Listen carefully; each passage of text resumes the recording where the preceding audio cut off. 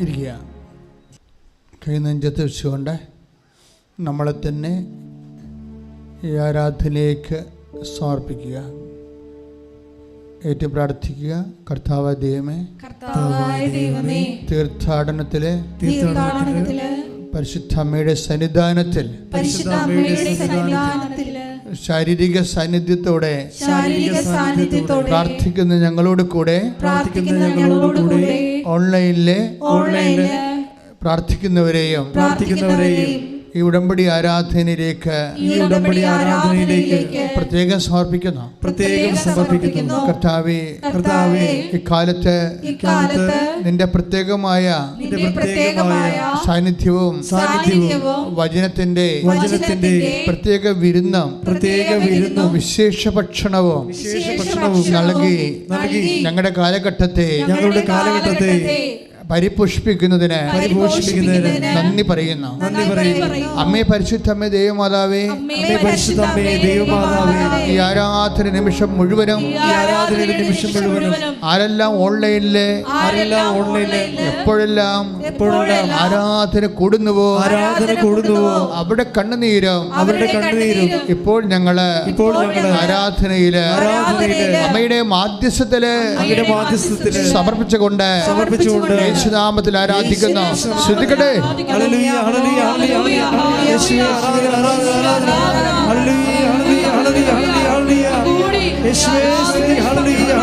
മക്കളെ പ്രത്യേകമായിട്ട് ആൾക്കാരിൽ സമർപ്പിച്ച് പ്രാർത്ഥിക്കുന്നു.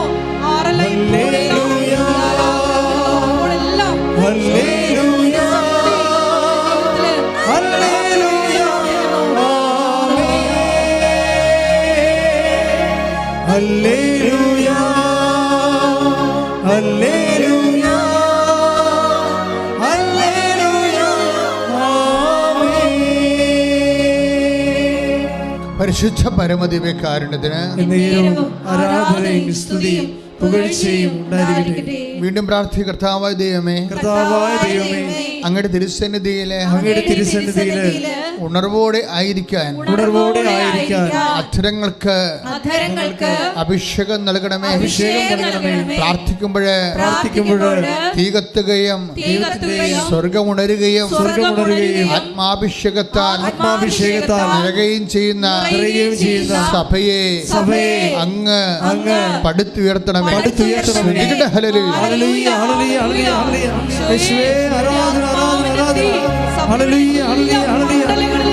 അറിയപ്പെടുവാൻ വേണ്ടി ഞങ്ങൾ പ്രാർത്ഥിക്കുന്നു.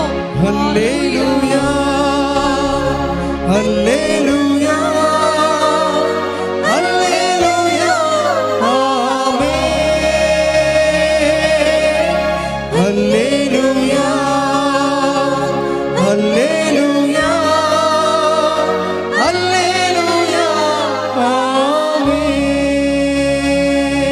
പരിശുദ്ധ പരമദിവ്യകാരുണ്യത്തിന് ആരാധനയും സ്തുതിയും പുകഴ്ചയും ഉണ്ടായിരിക്കട്ടെ. ഏറ്റു പ്രാർത്ഥിക്കുക. കർത്താവായ ദൈവമേ, കാലങ്ങളിലെല്ലാം എനിക്കും എന്റെ പ്രിയപ്പെട്ടവർക്കും ഞാൻ കേട്ട സാക്ഷ്യങ്ങളിലൂടെ അങ്ങയുടെ മഹിമ കുടികൊള്ളുന്ന ഉടമ്പടി പേടകത്തിന്റെ കുടികൊള്ളുന്ന അങ്ങയുടെ സാന്നിധ്യത്തിന്റെ അടയാളങ്ങള് അനുഭവങ്ങളായി വിടുതലായി പുറപ്പാടിന്റെ പുസ്തകത്തിലെ പോലെ തീത്തൂണായി ഏകസ്തംഭമായി ചെങ്കടൽ പിളർത്തി യോർദാൻ പിളർത്തി അനുഭവത്തിന്റെ അനുഗ്രഹത്തിന്റെ വാഗ്ദാന നാട് പ്രവേശിക്കാൻ വേണ്ടി ഞങ്ങളോടൊപ്പം ചരിത്രത്തിലൂടെ ഇന്ന് യാത്ര ചെയ്യുന്ന ഞങ്ങളുടെ സ്വന്തം ദൈവമേ, നിനക്ക് സ്തോത്രം, നിനക്ക് നന്ദി, നിനക്ക് ആരാധന. സ്തുതിക്കട്ടെ. യേശുവേ, ആരാധന, ഹല്ലേലൂയ, ഹല്ലേലൂയ, ഹല്ലേലൂയ, ഹല്ലേലൂയ, ആമേൻ. ഹല്ലേലൂയ, ഹല്ലേലൂയ, ഹല്ലേലൂയ, ആമേൻ. അതിശക്തമായി സ്തുതിക്കട്ടെ, അതിശക്തമായി സ്തുതിക്കട്ടെ.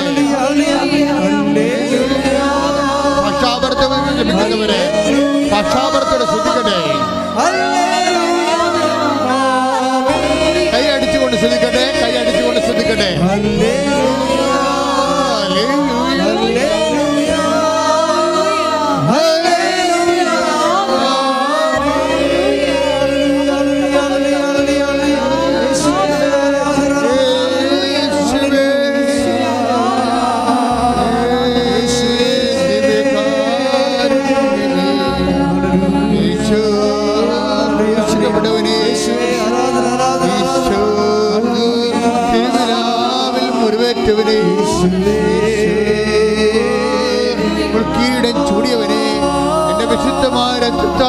കർത്താവേ, ആരാധന പ്രാർത്ഥിക്കുന്നവരെയും ഓൺലൈനിൽ പ്രാർത്ഥിക്കുന്നവരെയും ഇപ്പോൾ ആശീർവദിക്കണമെന്ന് പ്രാർത്ഥിക്കുന്നു. കർത്താവിന്റെ ശക്തികളെ കൊള്ളട്ടെ. അടിപ്പട പോലെ വൈദാഖാലം പോലെ ദൈവിക ശക്തി, സൗഖ്യത്തിന്റെ ശക്തി അവിടുത്തെ ജനങ്ങളിലെ ദൈവം തന്നെ, ഞങ്ങളുടെ പിതാക്കന്മാരുടെ ദൈവം കർത്താവേ അവിടുത്തെ ജനങ്ങളെ സന്ദർശിക്കട്ടെ. ശ്രുതിക്കട്ടെ, ശ്രുതിക്കട്ടെ. Hallelujah, hallelujah, hallelujah, hallelujah, amen,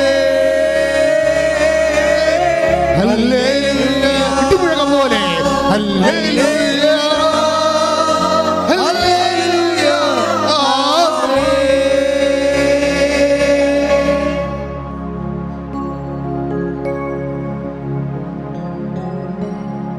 Praise the Lord. Praise the Lord.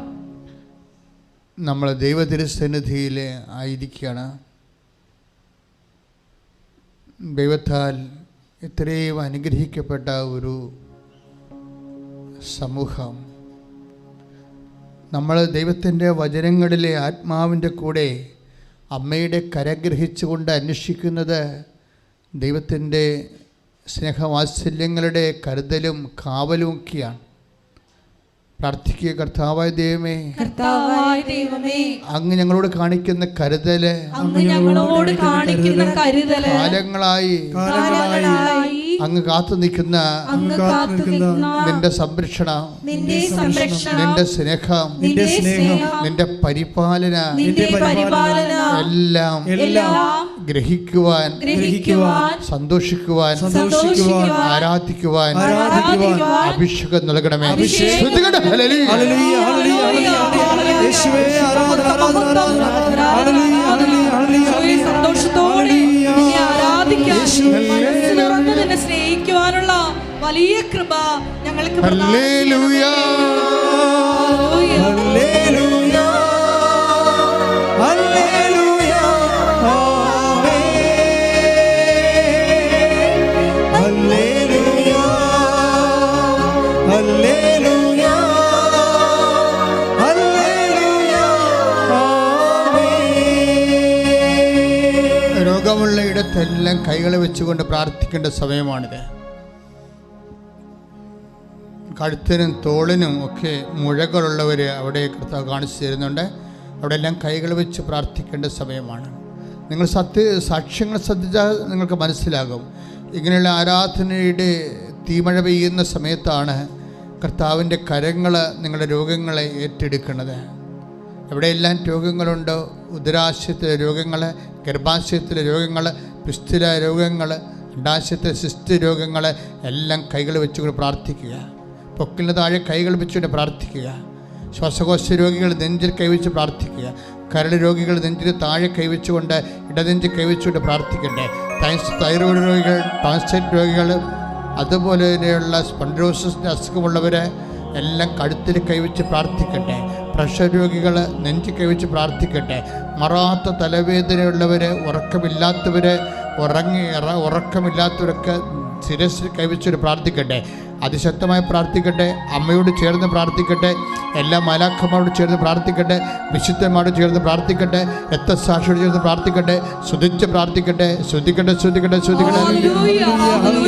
കർത്താവേ, നിന്റെ ഉന്നതമായ നാമത്തിന് സ്തോത്രം ചെയ്ത് കർത്താവേ, ഓരോ മകന്റെ പേരും മകളുടെ പേരും കർത്താവേ അങ്ങയുടെ വിശുദ്ധമായ വലതുകരം വെക്കണമെന്ന് പ്രാർത്ഥിക്കുന്ന കർത്താവേ, നിന്റെ അണിപ്പെടുത്താവുന്ന വലതുകരം, അത്ഭുതകരം, അടയാളം കാണിക്കുന്ന കരം, കാറ്റിന്റെ മേൽ ഉയർത്തിയ കരം കർത്താവേ, കാറ്റിന്റെ മേൽ ഉയർത്തിയ കരം, കടലിന്റെ മീതെ നടന്ന കടലിന്റെ മീതെ കാറ്റിന്റെ മേൽ ഉയർത്തിയ കരങ്ങളെല്ലാം കർത്താവേ ഇപ്പോൾ ഉയരണമെന്ന് പ്രാർത്ഥിക്കുന്നു. ദൈവത്തിന്റെ കരണം ഒരു വഴി കാണുന്നില്ല. മനസ്സിലെ ഭാരം, ജീവിതത്തിൽ തടസ്സം, എങ്ങോട്ട് പോണമെന്നറിയത്തില്ല. അകപ്പാടെ കുഴങ്ങി മറഞ്ഞ് കർത്താവ് വിഷമിച്ച് അങ്ങയുടെ ദൈവസന്നിധി കണ്ണീരോടെ പ്രാർത്ഥിക്കുന്ന മക്കളുടെ മേൽ കർത്താവിന്റെ ശക്തി കണ്ടേ. കർത്താവെ, നീ ഇടത്തോട്ട് ഇടത്തോട്ട് തിരിയുമ്പോൾ പിന്നിൽ നിന്നൊരു സ്വരം കേൾക്കും. ഇതാണ് വഴി, ഇതിലെ പോകാൻ പറയുന്ന കർത്താവിന്റെ സ്വരങ്ങൾ കർത്താവ് ഇപ്പോൾ അഭിഷേക സ്വരകർത്താവ്, ഈ അഭിഷേക നിമിഷം കർത്താവ് അവരുടെ മക്കൾക്ക് അടഞ്ഞുപോയ വാതിൽ തുറക്കുകയും കർത്താവ് തുറന്ന വാതിൽ അടക്കേണ്ട വാതിലുകൾ അടഞ്ഞു തന്നെ പോകാൻ മാതാവിന്റെ മധ്യസ്ഥ പ്രാർത്ഥിക്കുന്നു. ദൈവത്തിന്റെ കണ്ണത്തിലൂടെ ശ്രുതികട്ടെ, ശ്രുതികട്ടെ, ശ്രുതികട്ടെ, ശ്രുതികട്ടെ, ശ്രുതികട്ടെ.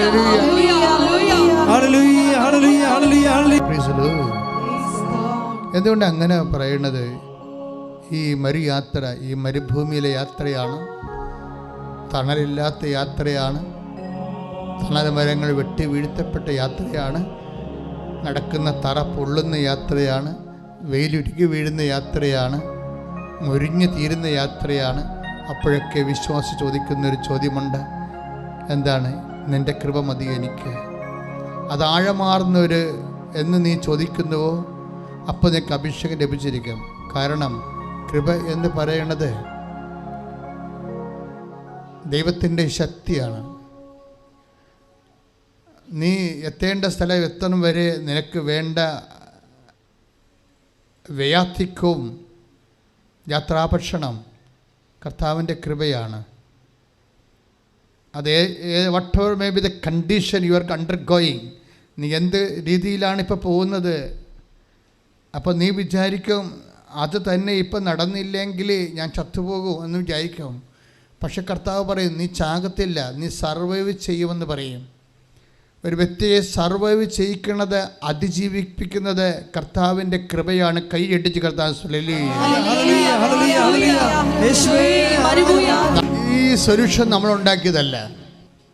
It's a divine solution. But may be the condition, നിൻ്റെ കണ്ടീഷൻ തന്നെയാണ്. രോഗമാകാം, പീഡയാകാം, സാമ്പത്തിക കടമാകാം, ജപ്തി നടപടിയാകാം, എന്ത് കണ്ടീഷനുമാകാം. ഇതിനെല്ലാം ആകെത്തുഴകയായിട്ട് സിംഗിൾ ആൻഡ് കംപ്ലീറ്റ് സൊല്യൂഷൻ നമ്മളുണ്ടാക്കിയതല്ല, ദൈവം ഉണ്ടാക്കിയതാണ്. ദൈവം നടത്തി തന്ന പേരാണ്. എന്താണ്? My grace is sufficient for you. ഇത് എന്നൊരു വിശ്വാസി അതിൻ്റെ അന്തർധാരകൾ മനസ്സിലാക്കുന്നുവോ അന്നാണ് നമുക്ക് അഭിഷേകം ലഭിക്കുന്നത്. നമുക്ക് ദൈവത്തിൽ നിന്ന് രണ്ട് കാര്യങ്ങൾ ലഭിക്കാം. ഒന്ന് അനുഗ്രഹം, that may be use and go. അത് അനുഗ്രഹം എന്ത് ഞങ്ങൾക്ക് ലഭിച്ചാലും അത് നമ്മൾ ഡിസ്പോസിബിളാണ്. എല്ലാ ബ്ലെസ്സിങ്സ് അല്ല. അനുഗ്രഹത്തിൻ്റെ പേരിൽ നമുക്കുണ്ടാകുന്ന താൽക്കാലിക സന്തോഷം അങ്ങനെ നിലനിൽക്കണമെന്നില്ല. അതിൻ്റെ ആനുകൂല്യങ്ങൾ നിലനിന്നാലും അതിൻ്റെ ആന്തരിക സന്തോഷം നിലനിൽക്കണമെന്നില്ല. That is the nature of the physical blessings. അതാണ് അനുഗ്രഹത്തിൻ്റെ ഒരു പ്രകൃതി എന്ന് പറയുന്നത്.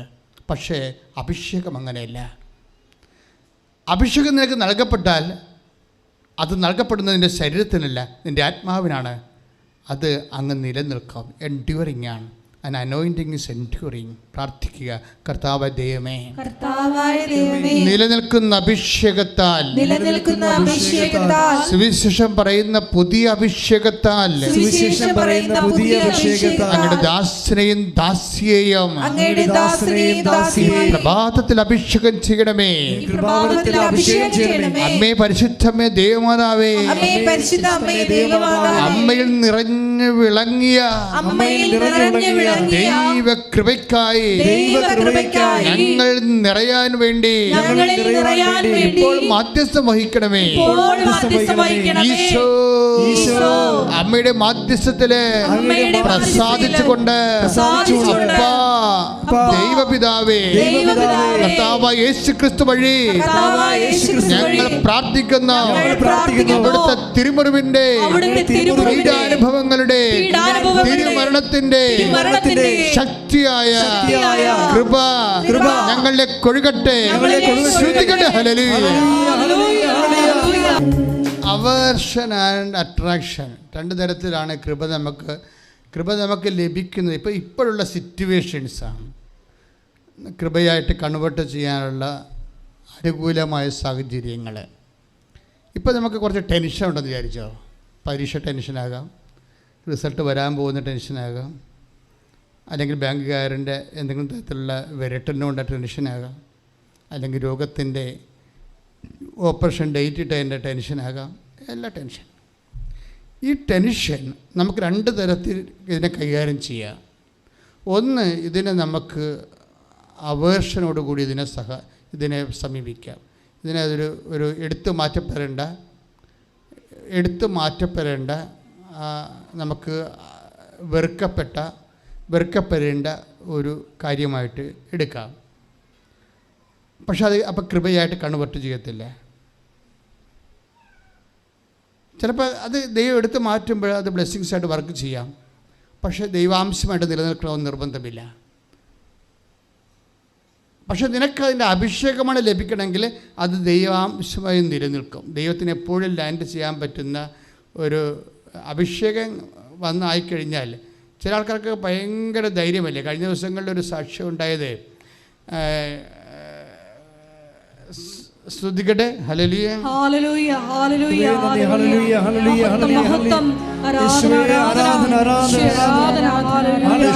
ഹല്ലേലൂയ രജിത എലിസബത്ത് വർഗീസിൻ്റെ ഒരു സാക്ഷിയാണ്. നമ്മുടെ മണർകാട് പള്ളിയിലെ ഒരു യാക്കോബ സഹോദരിയാണ്. അവരുടെ സാക്ഷ്യം എന്നല്ലേ, അവരുടെ സാക്ഷ്യം അവരുടെ മകളുടെ, ഇവർ നാട്ടിലില്ല, അപ്പം മകളാണ് നാട്ടിലുള്ളത്. അവളുടെ വിദ്യാഭ്യാസം അത്രയ്ക്ക് ശരിയാകണില്ല.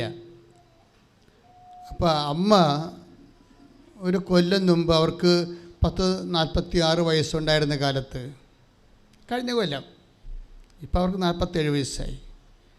46 വയസ്സുണ്ടായിരുന്ന കാലത്ത് അവർ 18 വർഷത്തോളവും ഒരിടത്തും പോകാതെ വീട്ടിൽ തന്നെ നേഴ്സിംഗ് കഴിഞ്ഞിട്ട് കല്യാണം കഴിഞ്ഞ് 18 വർഷത്തോളം വീട്ടിൽ തന്നെ താമസിച്ച്.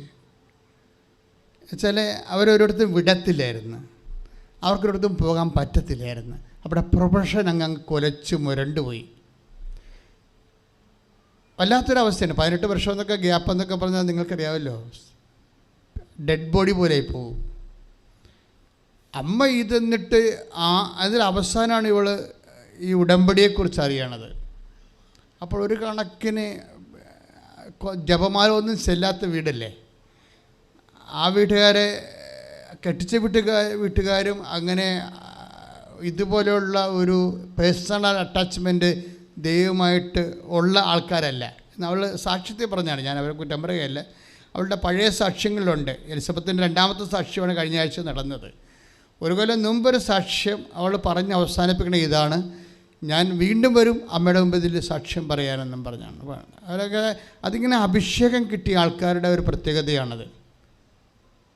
അഭിഷേകം കിട്ടിയ ആൾക്കാർക്കുള്ള പ്രത്യേകത എന്താണെന്ന് വെച്ച് കഴിഞ്ഞാൽ, ഇപ്പോൾ അവളുടെ ശരീരത്തിൽ തന്നെ ഇപ്പോൾ ഒമാനിലാണ് വർക്ക് ചെയ്യണത്.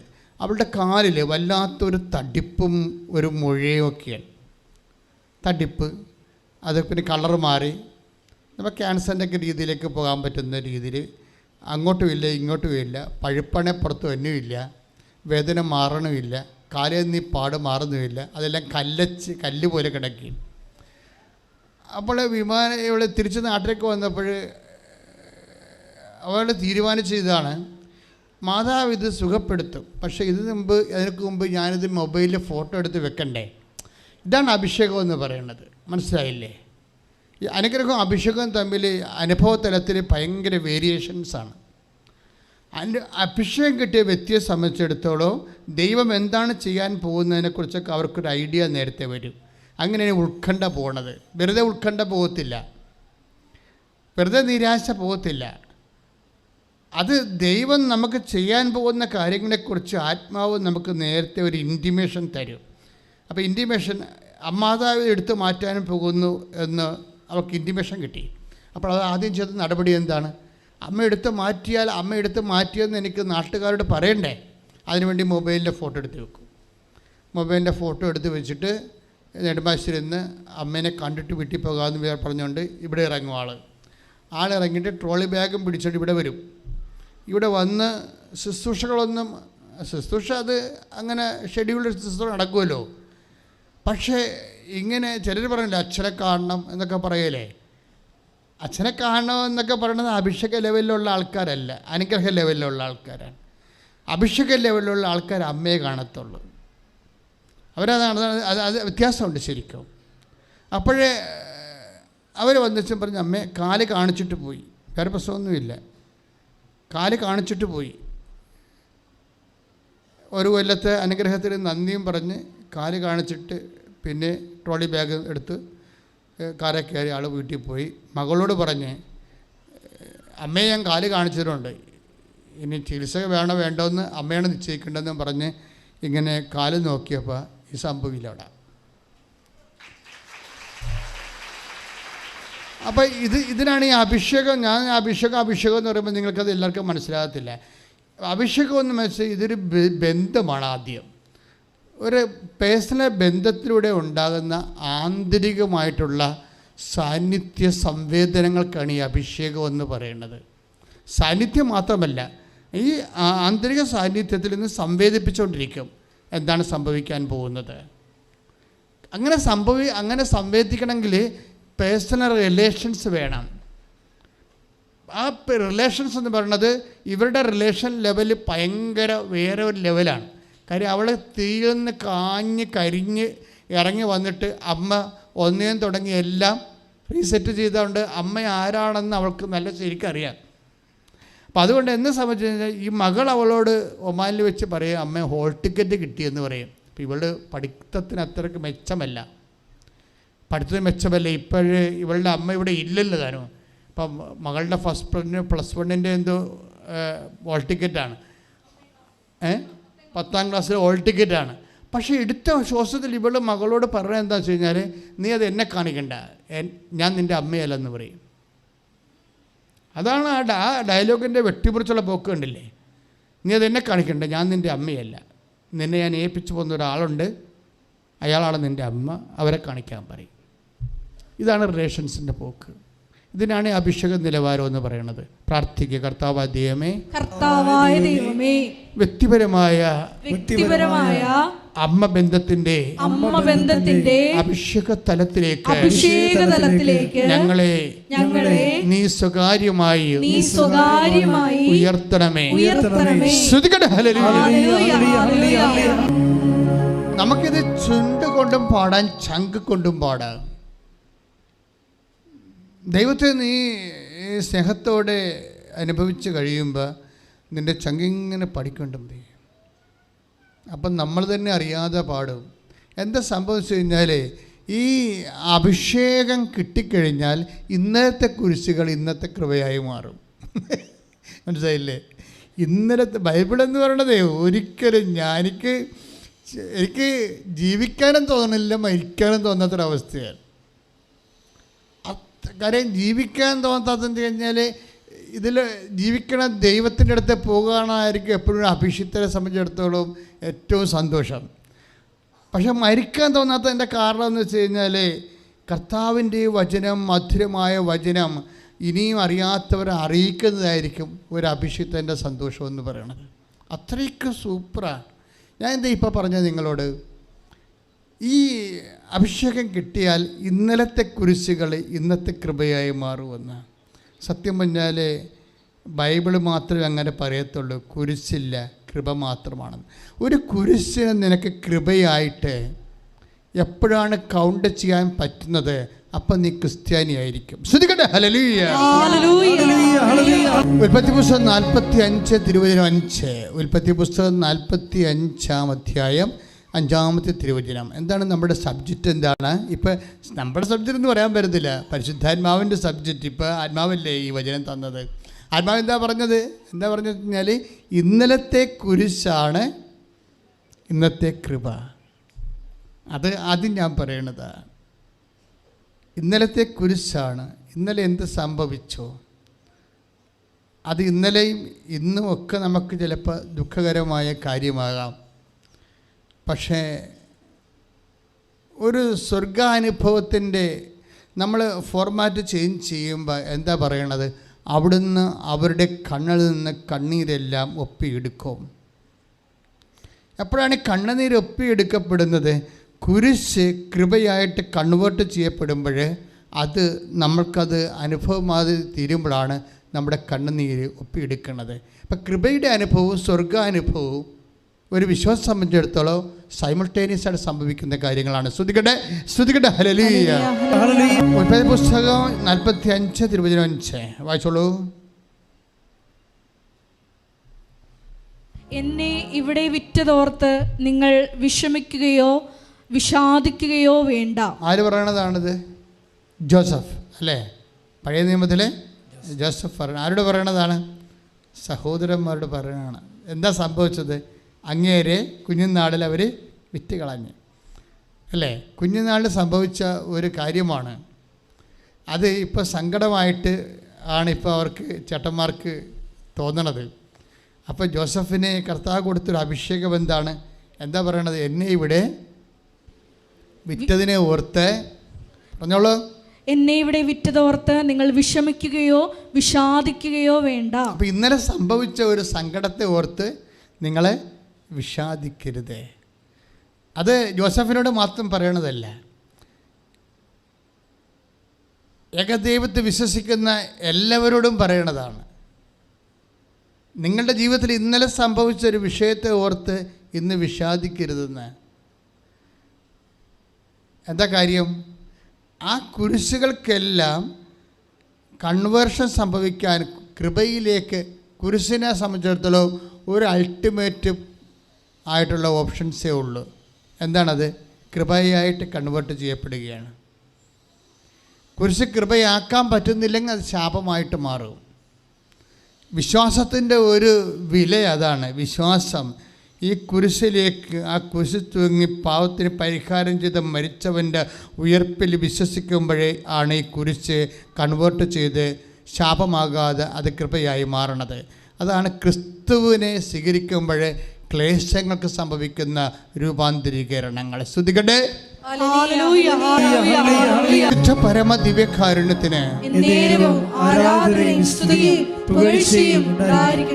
കുടല് പിരിഞ്ഞു പോണതുപോലെയും ചില ഞരമ്പുകൾ ആന്തരിക അവയവങ്ങളിലെ നിർജീവമായിട്ട് അതിൻ്റെ പ്രവർത്തനരഹിതമായിട്ട് ചുരുണ്ട് കിടക്കുന്ന സന്ദേശമുണ്ട്. ആ വ്യക്തികൾക്ക് വേണ്ടി പ്രാർത്ഥിച്ചുകൊണ്ടിരിക്കട്ടെ. കർത്താവ് ഈ നിമിഷം അവരെ സുഖപ്പെടുത്തും. ശ്രുതികട്ടെ, ശ്രുതികട്ടെ, ശ്രുതികട്ടെ.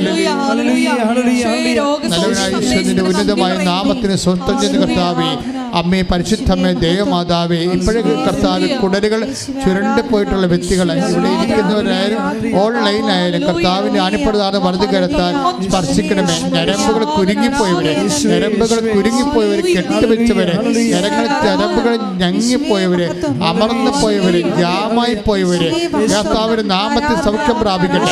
ശ്രുതികട്ടെ, ശ്രുതികട്ടെ, ശ്രുതികട്ടെ, ശ്രുതികട്ടെ.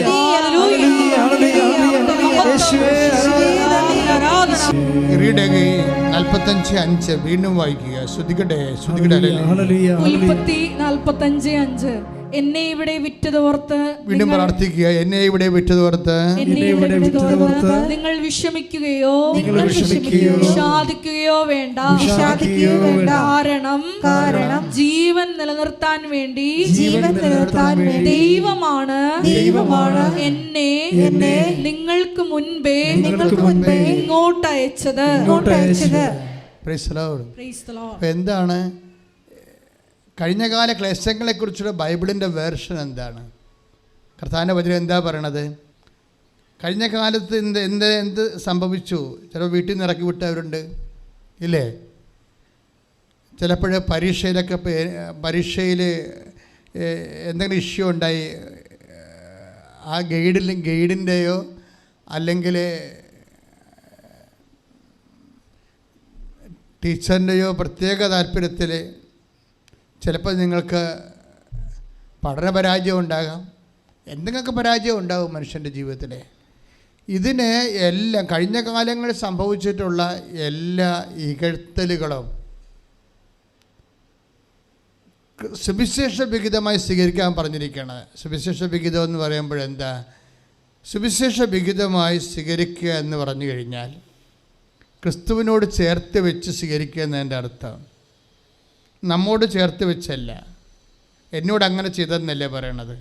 അനിയത്തിനെ പഠിപ്പിച്ചു, ചേർത്തിനെ പഠിപ്പിച്ചു, എന്നെ പഠിപ്പിച്ചില്ലേ? അപ്പോൾ എന്നോട് ചേർത്ത് വെച്ചാണ് അവർ റെഫർ ചെയ്യണത്, ഇല്ലേ? അപ്പൻ എല്ലാവരുടെയും വീട്ടിൽ പോയി, അമ്മ അവരുടെ പ്രസവത്തിന് കാനഡയിൽ പോയി. ഞാൻ നാട്ടിൽ പ്രസവിച്ച് എന്നെ കാണാൻ വന്നില്ല. അപ്പം അമ്മ വരാഞ്ഞതല്ല, അവരെ കിടപ്പായിരുന്നു ആ സമയത്തെ. അവർക്ക് അങ്ങനെ വരുന്ന ശുശ്രൂഷിക്കാൻ പറ്റുന്ന ഒരു അവസ്ഥ അല്ലായിരുന്നു. ആരോഗ്യമുള്ള കാലത്താണ് ചേടത്തി പ്രസവിച്ചത്. അനിയത്തിയുടെ പ്രസവ കാലമായപ്പോൾ അമ്മ ഭാഗത്തായി. പക്ഷേ അതൊക്കെ ഇവർക്ക് അറിയാം. എന്നാലും അത് വെച്ചോണ്ടൊരു ഒരു വിലപേശലാണ്. അമ്മയല്ലേ, ദാറ്റ് മീൻസ് ഇത് എന്നോട് ചേർത്ത് വെച്ചിരിക്കുകയാണ്. മനസ്സിലായില്ലേ? നിങ്ങളുടെ സങ്കടങ്ങൾ എല്ലാം മറ്റുള്ളവരെ നിങ്ങൾ പഴിക്കുമ്പോഴും അവരങ്ങനെ ചെയ്തു എന്നോട് എന്ന് പറയുമ്പോഴും ബേസിക്കായിട്ട് വാട്ട് ഈസ് ഹാപ്പനിങ്, ആ സങ്കടങ്ങളെ നിങ്ങളോട് ചേർത്ത് വെച്ചിരിക്കുകയാണ്. കർത്താവിൻ്റെ സുവിശേഷ വിഹിതമായ ഒരു വിഷയത്തെ കൈകാര്യം ചെയ്യാൻ വേണ്ടി പറയുമ്പോൾ അത് കുരിശ് കൃപയാക്കാൻ വേണ്ടിയുള്ള ഫോർമുലയാണ്. അപ്പോൾ നമ്മോട് ചേർക്കാൻ പറ്റത്തില്ല. പിന്നെ ആരോട് ചേർക്കണം? ക്രിസ്തുവിനോട് ചേർക്കണം. മനസ്സിലായില്ലേ? അതുകൊണ്ടാണ് പൗലോസ് പറയണത്. എന്താ പറയണത്? ക്രിസ്തുവിന് സഹിക്കേണ്ടി വന്ന പീഡകളുടെ പോരായ്മ എന്ത് സംഭവിച്ചു? ഞാൻ എൻ്റെ ശരീരത്തിൽ സംഭവിച്ചു. അപ്പോഴേ ക്രിസ്തുവിനോടാണ് ചേർക്കണത്. എൻ്റെ ശരീരത്തിൽ സംഭവിക്കുക എന്ന് വെച്ച് കഴിഞ്ഞാൽ ഞാനല്ല ക്രിസ്തുവാണെന്ന് ജീവിക്കണമെന്ന് പൗലോസ് പറഞ്ഞിട്ടുണ്ടേ, ഇല്ലേ? ആ ക്രിസ്തുവിനോടാണ് ചേർത്ത് വെക്കണത്. മാനുഷികമായ പൗലോസിനോടല്ല ചേർത്ത് വെച്ചിരിക്കണത്. അതായത് എല്ലാം ക്രിസ്തുവിനോട് ചേർക്കപ്പെടേണ്ടതാണ്.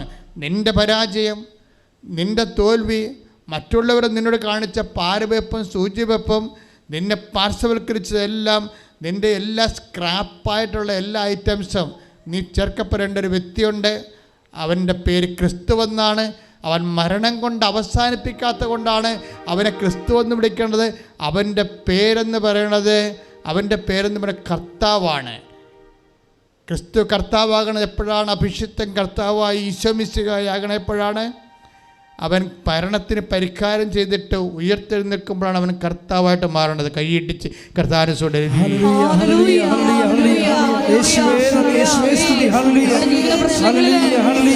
പരമദിവ്യകാരുണ്യത്തിന്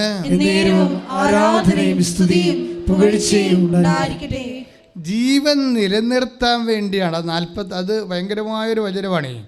45:5 ഉൽപ്പത്തി പുസ്തകം. എന്താണ്? ജീവൻ നിലനിർത്താൻ വേണ്ടിയാണ്, ദൈവമാണ് എന്നെ. അപ്പം നിങ്ങളല്ല, നിങ്ങൾ ഉപകരണമായിരുന്നു. ഇതിൻ്റെ പിന്നിൽ ദൈവം ഉണ്ടായിരുന്നെന്നാണ് പറയണത്. എല്ലാ തോൽവിയുടെയും പരാജയത്തിൻ്റെയൊക്കെ പിന്നിൽ ഒരു വിശ്വാസിക്ക് ദൈവത്തെ മാത്രമേ കാണാൻ പറ്റത്തുള്ളൂ. നീ ഒരു മനുഷ്യനെയാണ് കാണുന്നുണ്ടെങ്കിൽ നീ ഒരു വിശ്വാസിയെ തുടരുന്നതിൽ വലിയ അർത്ഥമൊന്നുമില്ല. എല്ലാ പരാജയങ്ങളുടെ പിന്നിൽ ഇപ്പം നിനക്ക് കാനഡയിൽ പോകാൻ പറ്റിയില്ലെന്ന് വിചാരിച്ചോ? പറ്റിയില്ല. അതിന് പ്രത്യേക കാരണങ്ങളുണ്ട്. വസ്തു വിൽക്കാൻ അപ്പം സംഭവിച്ചില്ല, അതിന് ചേടത്തെ സംഭവിച്ചില്ല. ഞങ്ങളുടെ ഓഹരി തന്നിട്ട് വിറ്റാൽ മതി, വിൽക്കുക തുലക്കുക എന്തുവേണം ചെയ്തോ, അത് ഞങ്ങൾക്ക് അറിയേണ്ട ആവശ്യമില്ല, ഞങ്ങൾക്ക് തരാനുള്ള തന്നേക്കാൻ പറയാം. ബെൻഡിങ് ഇടുമ്പോൾ അപ്പൻ ഒന്നും ചെയ്യാൻ പറ്റാതെ വരും. അപ്പോൾ നിങ്ങൾ ജീവിതകാലം മുഴുവൻ മോന്തം കയറ്റി അപ്പൻ്റെ അടുത്ത് പറയും, ഇത് അവർ പറഞ്ഞ് കേട്ടില്ലേ, എനിക്ക് അന്ന് സഹായിച്ചെങ്കിൽ ഞാൻ ഇന്ന് എവിടെ ഇരുന്നേ? എവിടെ ഇരിക്കും നമുക്ക് ആർക്കും അറിയത്തില്ല. നിങ്ങൾ എവിടെ ഇരുന്നാലും ദൈവത്തിൻ്റെ അടുത്തിരിക്കുന്നില്ല എന്നുണ്ടെങ്കിൽ എവിടെ ഇരുന്നിട്ടും വലിയ കാര്യമൊന്നുമില്ല. കൈ ഇടിച്ച് കർത്താരസുണ്ട്.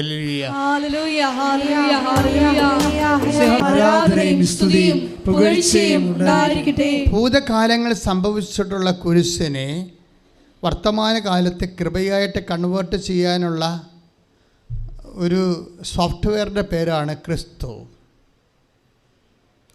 ക്രിസ്തു എല്ലാ ഭൂതകാല കുരിശിനെയും പരാജയങ്ങളെയും വർത്തമാനകാലത്ത് വിജയമായി കൺവേർട്ട് ചെയ്യും. അതുകൊണ്ടാണ് പൗലോസ് കൊളോസ്യസ് 1:24 വായിച്ച് സ്തുതിക്കട്ടെ സ്തുതിക്കട്ടെ സ്തുതിക്കട്ടെ ഹല്ലേലൂയ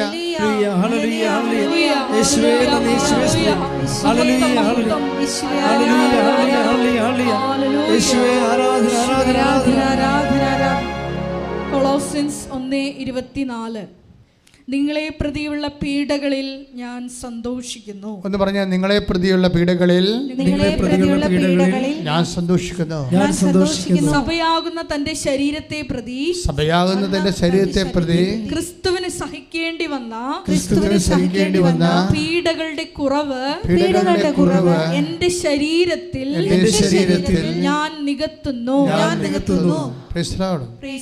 അപ്പോഴേ ഇതുപോലെ സഭയ്ക്ക് വേണ്ടിയാണ് ക്രിസ്തു ക്രൂശിക്കപ്പെടുകയും ക്രിസ്തുവിൻ്റെ പീഡാസഹനങ്ങൾ അനുഭവിക്കുകയും ചെയ്തത്. അതുകൊണ്ടാണ് അത് പത്രോസ് അങ്ങനെ പറയത്തില്ല, പൗലോസ് അത് പറയും. കാര്യം പൗലോസിനോട് അത് പറഞ്ഞുകൊണ്ടാണ് അവനെ തള്ളി താഴെയിട്ടത്. എന്താണ്? നീ എന്നെ പീഡിപ്പിക്കുന്നത് എന്ത്? 9-ാം അധ്യായം ആക്സില്ലേ, അവിടെ പുസ്തകത്തിൽ 9-ാം അധ്യായത്തിൽ എന്താ ചോദിച്ചത്? നീ എന്നെ പീഡിപ്പിക്കുന്ന എന്ത്? നിന്നെ ഞാൻ പീഡിപ്പിച്ചില്ലല്ലോ. വിശ്വാസികളെയല്ലേ പീഡിപ്പിച്ചതെന്ന് പൗലോസിന് പറയാം. പക്ഷേ ഈശോയ്ക്ക് വിശ്വാസികളൊന്നും സംഭവമില്ല, സഭ മാത്രമേ ഉള്ളൂ. എൻ്റെ ദൈവവേദന സഭ വ്യത്യസ്തമായ കാലഘട്ടങ്ങളിലൂടെ കടന്നു പോവുകയാണ്. അപ്പോൾ ദൈവവേദന നിനക്ക് സഭയ്ക്ക് നൽകാനുള്ളത് എന്താണ്? പ്രാർത്ഥന മാത്രമല്ല, നിൻ്റെ ഇതുപോലെയുള്ള സഹനങ്ങളെ ക്രിസ്തുവിൻ്റെ കുരിശോട് ചേർത്ത് വെക്കുമ്പോഴേ സഭയ്ക്കായി കാഴ്ചവെക്കണം. പ്രാർത്ഥിക്കുക, കർത്താവേ ദൈവമേ, ഞാൻ ഭൂതകാലങ്ങൾ അനുഭവിച്ച സഹനങ്ങളെ ക്രിസ്തുവിനോടുകൂടി ചേർത്ത് വെക്കുമ്പോഴേ അതിന്റെ കൃപ സഭയിൽ നിറയാൻ സഭയ്ക്കായി കാഴ്ചവെക്കുന്നു. സഭയുടെ അഭിഷേകത്തിന് സഭയുടെ കാഴ്ചവെക്കുന്നു. ശ്രദ്ധിക്കട്ടെ, ഹല്ലേലൂയ. ശരീരത്തിൽ ചുളുങ്ങിയ സ്ഥലങ്ങൾ കാണിക്കുന്നുണ്ട്. ചുളുങ്ങിയ സ്ഥലങ്ങൾ ചിലപ്പോൾ ബ്രെയിനാകാം, ചിലപ്പോൾ ശ്വാസകോശമാകാൻ ചുരുങ്ങിയത്, ചിലപ്പോൾ കിഡ്നി ആകാം. ഡോക്ടർ നിന്നോട് എന്നാ പറഞ്ഞിരിക്കുന്നത് ദൈവവേദനയിലെ? ഇപ്പോൾ ഓർക്കുക, കർത്താവ് നിന്നെ സുഖപ്പെടുത്താൻ പോകുന്നു.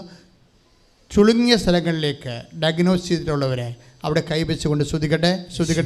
നിങ്ങളുടെ ബന്ധുക്കൾക്ക് വേണ്ടി സ്തുതിക്കാം, ആർക്ക് വേണ്ടി നിങ്ങൾക്ക് പ്രാർത്ഥിക്കാം. സ്തുതിക്കട്ടെ. കർത്താവേ, ഇപ്പോഴേ ചുളുങ്ങിയ ഭാഗങ്ങൾ, കുടലിൻ്റെ ചുളുങ്ങിയ ഭാഗങ്ങൾ, കരളിൻ്റെ ചുളുങ്ങിയ ഭാഗങ്ങൾ, ശ്വാസകോശങ്ങളുടെ ചുളുങ്ങിയ ഭാഗങ്ങൾ, ഗർഭാശയത്തിൻ്റെ ഒതുങ്ങി ചുളുങ്ങിയ ഭാഗങ്ങൾ, കർത്താവേ, അണ്ടവാഹിനികളും അണ്ടാശയങ്ങളുടെയും ചുളുങ്ങിയ ഭാഗങ്ങൾ, എവിടെയെല്ലാം ഞരമ്പുകൾ ചുളുങ്ങിയിട്ടുണ്ട്, എവിടെയെല്ലാം ഞരമ്പുകൾ തേഞ്ഞു പോയിട്ടുണ്ടോ, എവിടെയെല്ലാം ഞരമ്പുകൾ ജാമായിട്ടുണ്ട്, എവിടെയെല്ലാം കോശങ്ങൾ ദ്രവിച്ചുകൊണ്ടിരിക്കുന്നുണ്ട്, യേശു ക്രിസ്തുവിൻ്റെ ഉന്നതമായ നാമത്തിൽ സഭയുടെ അധികാരത്തെക്കുറിച്ച് അടയാളത്തിൽ ദൈവ മഹത്വത്തിനായി യേശുനാമത്തിൽ സൗഖ്യപ്പെടട്ടെ. ശ്രുതികട്ടെ. ഹല്ലേലൂയ. ദൈവവേദന ഇന്ന് കർത്താവിൻ്റെ വചനത്തിൻ്റെ വെളിപാടുകൾ എങ്ങോട്ടാണ് പോകണമെന്ന് ചോദിക്കുക. നിങ്ങൾ വളരെ ശ്രദ്ധിക്കണം കേട്ടോ. അതായത് നിന്നെക്കുള്ള കൃപ ഇന്നലെ കുരിശായി തന്നിട്ടുണ്ട്, അത് നിൻ്റെ കൂടെ ഉണ്ടെന്നാണ് പറയണേ. It's only a matter of converting it. നിനക്കുള്ള കൃപ ഇന്നലെ കുരിശായി തന്നിട്ടുണ്ട്, അത് നിൻ്റെ കൂടെയുണ്ടെന്നാണ്. It's only a matter of converting it. ഇന്നലെയുള്ള സങ്കടങ്ങളെയും ഇന്നലെ ഉണ്ടായ രോഗങ്ങളെയും ഇന്നലെ ഉണ്ടായ നിരാശകളെയും ഇന്നലെ ഉണ്ടായ പരാജയങ്ങളെയും പ്രാർത്ഥിക്കുക. ഇന്നലെ ഉണ്ടായ കുരിശുകളെ, ഇന്നലെ ഉണ്ടായ സങ്കടങ്ങളെ, ഇന്നലെ ഉണ്ടായ അപമാനങ്ങളെ, ഇന്നലെ ഉണ്ടായ പരാജയങ്ങളെ എൻ്റെ രക്ഷക, എൻ്റെ കർത്താവേ, എൻ്റെയും നിന്റെയും അമ്മയായ പരിശുദ്ധ കന്യാമറിയത്തിൻ്റെ മാധ്യസ്ഥതയിലെ നിന്റെ കുരിശിനോട് ചേർത്ത് വെക്കുന്ന അപ്പോസ്തലികമായ ഈ നടപടിക്രമങ്ങളിലൂടെ എന്നെ കൃപയാൽ നിറക്കണമേ, എന്നെ കൃപയാൽ നിറക്കണമേ, എന്നെ കൃപയാൽ ഈ നിമിഷം നിറക്കണമേ. ശ്രുതിക്കട്ടെ. ഭൂതകാലങ്ങളിലെ കുരിശാണ് വർത്തമാനകാലത്തെ കൃപ എന്നാണ് ഇപ്പോഴേ സുവിശേഷിച്ചുകൊണ്ടിരിക്കുന്നത് പരിശുദ്ധാത്മാവ്. അപ്പോൾ ഭൂതകാലത്തെ കുരിശിനെക്കുറിച്ച് ഇതിനെ നമ്മൾ എങ്ങനെയാണ് സ്വീകരിക്കേണ്ടത്? ദൈവത്തിൻ്റെ പിൻസ്വരമായിട്ട് സ്വീകരിക്കണം. ഭൂതകാലത്തിലെ കുരിശ് ദൈവത്തിൻ്റെ പിൻസ്വരമായിട്ടൊരു വ്യക്തി സ്വീകരിക്കപ്പെടണം. ഇപ്പം പിന്നിൽ നിന്നൊരു സ്വരം കേൾക്കുമെന്ന് പറഞ്ഞില്ലേ, ആ ദൈവത്തിൻ്റെ സ്വരമാണല്ലോ അല്ലേ? ഐസയ 30:21. ശ്രുതികട്ടെ.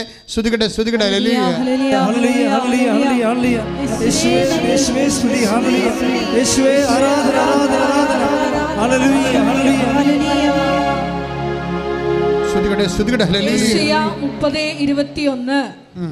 നീ വലത്തോട്ടോ ഇടത്തോട്ടോ തിരിയുമ്പോൾ, ഒന്ന് ഏറ്റു പറഞ്ഞേ, നീ വലത്തോട്ടോ ഇടത്തോട്ടോ തിരിയുമ്പോൾ, നിന്റെ കാതുകൾ പിന്നിൽ നിന്ന് ഒരു സ്വരം ശ്രവിക്കും. ഇതാണ് വഴി, ഇതിലേ പോവുക. പിന്നിലെ സ്വരമാണ് ദൈവത്തിൻ്റെ സ്വരം. അത് ഭൂതകാലത്ത് സംഭവിച്ചിട്ടുള്ള കുരിശുകളും ക്ലേശങ്ങളിലൂടെയാണ് നമ്മൾ പിന്നിലെ സ്വരങ്ങൾ കേൾക്കുന്നത്. അതാണ് ആ പിന്നിലെ സ്വരം കേട്ട ആളാണ് ജോസഫ് അല്ലേ? ജോസഫ് എന്താ പറയണത്? നിങ്ങൾ കരയണ്ട, എന്നെ കിണറ്റിൽ തള്ളിയിട്ടെന്നു അറബികൾക്ക് വിറ്റെന്ന് ഓർത്തുണ്ട്, കരയണ്ട. എന്താണ്? ജീവൻ നിലനിർത്താൻ വേണ്ടി. ഒന്ന് പറഞ്ഞേ, ഇവൻ നിലനിർത്താൻ വേണ്ടി ദൈവമാണ് എന്നെ നിങ്ങളിലൂടെ കിണറ്റിൽ തള്ളിയിട്ടത്. ജീവൻ നിലനിർത്താൻ വേണ്ടി ദൈവം നിങ്ങളിലൂടെ എന്നെ അറബികൾക്ക് വിറ്റതാണ്. അപ്പൊ ആരാണ് ചെയ്തിരിക്കണത്? എല്ലാം ദൈവമാണ് ചെയ്തത്. ഇതാണ് ഭൂതകാലത്തിലെ കുരിശിന്റെ വിഷയം. നിങ്ങൾ നാത്തും പോരും കുടുംബപ്പോരും ഒന്നും വെച്ചുകൊണ്ടിരിക്കരുത്. ഇതെല്ലാം സ്ക്രാപ്പാണ്. ഈ വേസ്റ്റ് കൊണ്ട് നമ്മൾ വിളക്ക് കത്തിക്കും. സ്തുതിക്കട്ടെ, ഹല്ലേലൂയ, ഹല്ലേലൂയ, ഹല്ലേലൂയ. പരിശുദ്ധ പരമ ദിവ്യകാരുണ്യത്തിന് ആരാധനയും സ്തുതിയും പുകഴ്ചയും ഉണ്ടായിരിക്കട്ടെ. ഇന്നലെ ഇനി അനുഗ്രഹിച്ചിട്ടില്ലെന്ന് തന്നെ വിചാരിച്ചോ? നിന്നെ എല്ലാവരും സാക്ഷ്യം പറയുമ്പോൾ ഈ സാക്ഷ്യം കേൾക്കുന്നവർ പറയും, ഓ അവരൊക്കെ ദൈവം അനുഗ്രഹിച്ച്, എന്നെ മാത്രം തിരിഞ്ഞു നോക്കണില്ല. സാക്ഷ്യം കേൾക്കുമ്പോൾ കുറേ ആൾക്കാർക്ക് സന്തോഷം, കുറേ ആൾക്കാർക്ക് ദുഃഖമാണേ. ആർക്കാണ് അറിയാൻ പറ്റാത്ത ഇത് അല്ലേ? ദൈവം നീ അറിയണം, ഇന്നലെ അനുഗ്രഹിക്കണതും ഇന്ന് അനുഗ്രഹിക്കണതും ദൈവത്തിനൊരുപോലെയാണ്. മനസ്സിലായില്ലേ? ഇന്നലെ അനുഗ്രഹിച്ചില്ല എന്ന് വിചാരിച്ചുകൊണ്ട് ഇന്നലെ അനുഗ്രഹിക്കാത്ത കാലങ്ങളെ ഓർത്ത് നീ വിഷമിക്കണത് നീ മനുഷ്യനായത് കൊണ്ടാണ്. ദൈവം വിഷമിക്കാത്തത് ദൈവം കാലത്തിന് എവർ പ്രസൻറ്റിൽ ജീവിക്കുന്ന കൊണ്ടാണ്. ഒരുത്തൻ വെളുപ്പാങ്കാലത്തെ ജോലിക്ക് വിളിച്ചു എന്ന് വിചാരിച്ചുകൊണ്ട് കണക്ക് തീർക്കുമ്പോഴേ കർത്താവ് ഒരുപോലെ തീർക്കത്തുള്ളൂ. മനസ്സിലായില്ലേ? അങ്ങനെ എടുക്കണം നമ്മൾ. 20 മത്തായിയുടെ സുവിശേഷം 20-ാം അധ്യായം അല്ലേ? ശ്രുതികടെ 16-ാമത്തെ വാക്യം.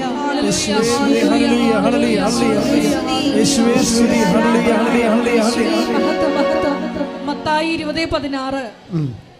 പിമ്പന്മാർ മുമ്പന്മാരും മുമ്പന്മാർ പിൻപന്മാരുമാകും. പ്രൈസ് ദി ലോർഡ് എന്ന് പറഞ്ഞ മുമ്പന്മാർ പിമ്പന്മാരും മുൻപന്മാർ പിൻപന്മാരും പിമ്പന്മാർ മുമ്പന്മാരുമാകും. ഇനി 15-ഉം 14-ഉം വായിച്ചേ.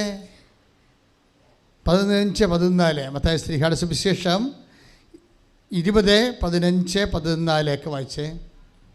20:14. നിനക്ക് അവകാശപ്പെട്ടത് വാങ്ങിക്കൊണ്ട് പൊയ്ക്കൊള്ളുക. അവസാനം വന്ന ഇവനും നിനക്ക് നൽകിയതുപോലെ തന്നെ കൊടുക്കാനാണ് എനിക്കിഷ്ടം. അതാണ് സംഭവം. ഇന്നലെ അനുഗ്രഹിക്കപ്പെട്ടില്ല എന്ന് വിചാരിച്ചുകൊണ്ട് ഒരു അനുഗ്രഹിക്കപ്പെടാത്ത ഒരു ഭൂതകാലമാണ് നിനക്കുണ്ടെങ്കിൽ അത് കർത്താവിനോട് ചേർത്ത് വെക്കേണ്ടതാണ്. അനുഗ്രഹിക്കപ്പെടാത്തൊരു ഭൂതകാലമാണ് നിനക്കുണ്ടെന്ന് വിചാരിച്ചോ? ഓരോരുത്തരും ഓരോ അനുഗ്രഹങ്ങളൊക്കെ പറയുമ്പോൾ ഇടിവെട്ട് നമുക്ക് അവർക്ക് അനുഗ്രഹം ഉണ്ടാകും. ഇപ്പം നമ്മളവർക്ക് ദൈവമേ, ഞാനും കുറേ നാളായിട്ട് ഇങ്ങനെ വിശ്വാസിയായിട്ട് ജീവിച്ചു പോവുകയാണല്ല, എന്താണ് ഈ കർത്താവ് എന്നോട് ഒരു കരുണ കാണിക്കാത്തത്? അപ്പോൾ സ്വാഭാവിക മനുഷ്യ തോന്നുന്ന ചോദ്യമാണ്. അതിനെല്ലാം ഈശോ ഉത്തരം പറഞ്ഞിട്ടുണ്ട് നേരത്തെ. ഞാൻ എപ്പോഴും പറയുന്നു, ഞാൻ മാത്രം പറയുന്നൊരു കാര്യമുണ്ട്. ഞാൻ മാത്രം എന്ന് പറഞ്ഞാൽ ഞാനിങ്ങനെ തവളയെപ്പോലെ വീർത്ത് അഹങ്കാരം കൊണ്ട് പറയണമല്ല. എൻ്റെ മനസ്സിൽ കർത്താവ് തോന്നിയിട്ടുള്ള ചില ചോദ്യങ്ങളൊന്നാണ്, തോന്നിച്ചിട്ടുള്ള ഉപദേശങ്ങളൊന്നാണ്, നോ കംപ്ലൈൻറ്റ് പ്ലീസ്. ഞാൻ എപ്പോഴും നിങ്ങളോട് പറയും, നോ കംപ്ലൈൻറ്റ് പ്ലീസ്. ഞാനത് സ്വന്തം വെച്ചാൽ പരാതി പറയേണ്ടെന്ന്. ഇന്നലെ കിട്ടാവുന്ന അനുഗ്രഹങ്ങളെ ഓർത്തുകൊണ്ട് നിങ്ങൾ ദൈവത്തോട് യുദ്ധത്തിന് പോകരുത്, പരാതി പോകരുത്. അതെന്താ കാര്യം എന്ന് വെച്ച് കഴിഞ്ഞാൽ, എന്താ കാര്യം? നമ്മൾ ഫോളോ ചെയ്യുന്ന സ്പിരിച്വാലിറ്റി മെരിയൻ സ്പിരിച്വാലിറ്റിയാണ്. ഉടമ്പടിക്കൊരു ഒരു സ്പിരിച്വാലിറ്റി ഇല്ലേ? നമ്മളത് മരിയൻ ഉടമ്പടിയാണ്. അമ്മയാണ് ഇതിൻ്റെ അതിൻ്റെ മീഡിയേറ്ററായിട്ട് നിൽക്കുന്നത്. അവരെയാണ് ഇതിൻ്റെ മാതൃക. അവരുടെ മാതൃക മാത്രമേ ഇതിൻ്റെ അകത്ത് ആപ്ലിക്കബിറ്റ് ചെയ്യാൻ പറ്റത്തുള്ളൂ. നമ്മുടെ സ്വന്തം മാതൃക ചെയ്യാൻ പറ്റത്തില്ല. അപ്പോൾ ഇൻ കേസ് എപ്പോഴെങ്കിലും ഫലത്തിൽ നമ്മുടെ പ്രതീക്ഷയ്ക്ക് വിരുദ്ധമായിട്ട് ചില കാര്യങ്ങൾ നടന്നാൽ നമ്മൾ ഉപയോഗിക്കേണ്ടത് മരിയ സ്പിരിച്വാലിറ്റിയാണ് ഉപയോഗിക്കേണ്ടത്. അമ്മ എന്താ പറയണത്? പരാതിയില്ല, ഹൃദയത്തിൽ സംഗ്രഹിച്ചു. എന്താ കാര്യം എന്നറിയാവോ? അതെന്തുകൊണ്ടാണ് പരാതിയില്ലെന്ന് പറയുന്നതിൻ്റെ കാരണം, ദൈവത്തിന് ഏത് സമയത്ത് വേണമെങ്കിലും. ഇപ്പം 3:34 ഒരു വചനമില്ലേ? 3:34 യോഹന്നാന്റെ സുവിശേഷം. ശ്രുതികട്ടെ ശ്രുതികട്ടെ ശ്രുതികട്ടെ. ഹല്ലേലൂയ, ഹല്ലേലൂയ, ഹല്ലേലൂയ, ഹല്ലേലൂയ, ഹല്ലേലൂയ. യേശുവേ യേശുവേ സ്തുതി. 3:34. ദൈവം അളന്നല്ല ആത്മാവിനെ കൊടുക്കുന്നത്. Praise the lord. അതായത് യോഹന്നാൻ 3:34 എന്താ പറഞ്ഞത്? ഒന്നേറ്റ് പറഞ്ഞ ദൈവം അളന്നല്ല ആത്മാവിനെ കൊടുക്കുന്നത്. ഇത് ഈ ദിവസങ്ങളിൽ ഞാൻ ഈശോയുമായിട്ടിരുന്ന കുറച്ച് ദിവസത്തെ സമയം ഉണ്ടായിരുന്നു. ആ സമയത്തൊക്കെ ഈശോ എന്നോട് പറഞ്ഞുകൊണ്ടിരുന്നത് എന്താണെന്നറിയാവോ? അളന്നല്ല ആത്മാവിനെ കൊടുക്കണമെന്ന് പറയുമ്പോഴേ ആത്മാവിനെ അളന്നല്ല കൊടുക്കുന്നതെന്നാണ് വ്യാഖ്യാനിച്ചുകൊണ്ടിരിക്കുന്നത്. അങ്ങനെയല്ല, നിന്നെ അളന്നല്ല തരണമെന്ന്. മനസ്സിലായില്ലേ? ദൈവം നിൻ്റെ ജീവിതം, നിൻ്റെ കഴിഞ്ഞ കാലത്തെ കയ്യിരിപ്പ്, നിൻ്റെ തോന്നിവാസവും ഒക്കെ അളന്നിട്ട് ഗുണിച്ചും കുറച്ചും കൂട്ടിയും ബാക്കിയുള്ളത് ഇങ്ങോട്ട് ബാലൻസ് തരികയല്ല. ദൈവം തരുമ്പോൾ നിൻ്റെ ഭൂതകാലത്ത് നീ ആരായിരുന്നെന്നറിയാതെ അവിടുന്ന് അമർത്തി കുരുക്കി നിറച്ചളന്നവൻ നിൻ്റെ മടിയിലോട്ട് ചൊരിയും. 6:36 ലൂക്കാന്റെ സുവിശേഷം. ശ്രദ്ധിക്കട്ടെ.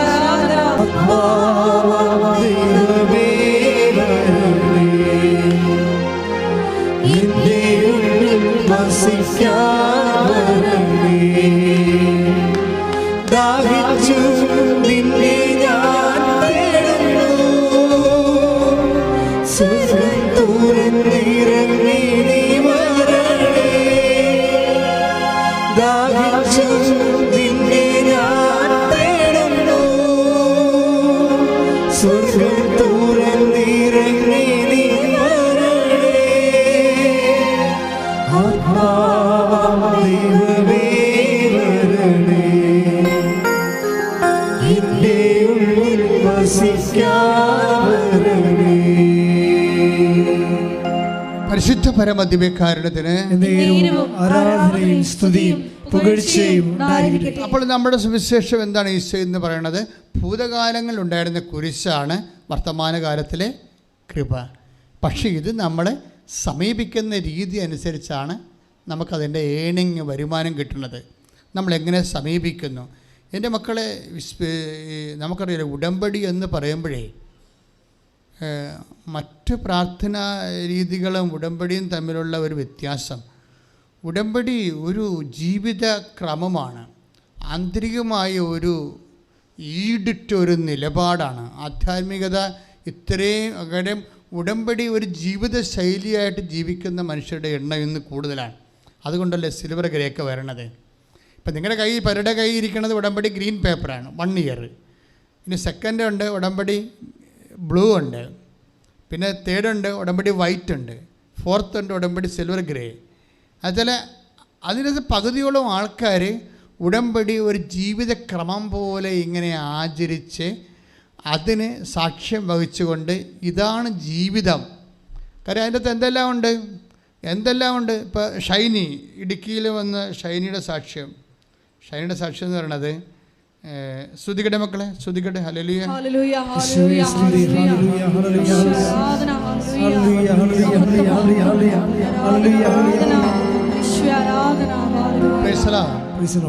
അപ്പോൾ ഷൈനി ഉടമ്പടിയിലാകുമ്പോൾ ഉടമ്പടിയെക്കുറിച്ച് നല്ല ആഴമായ അപാരമായ ബോധ്യങ്ങൾ ഷൈനിക്കുണ്ട്.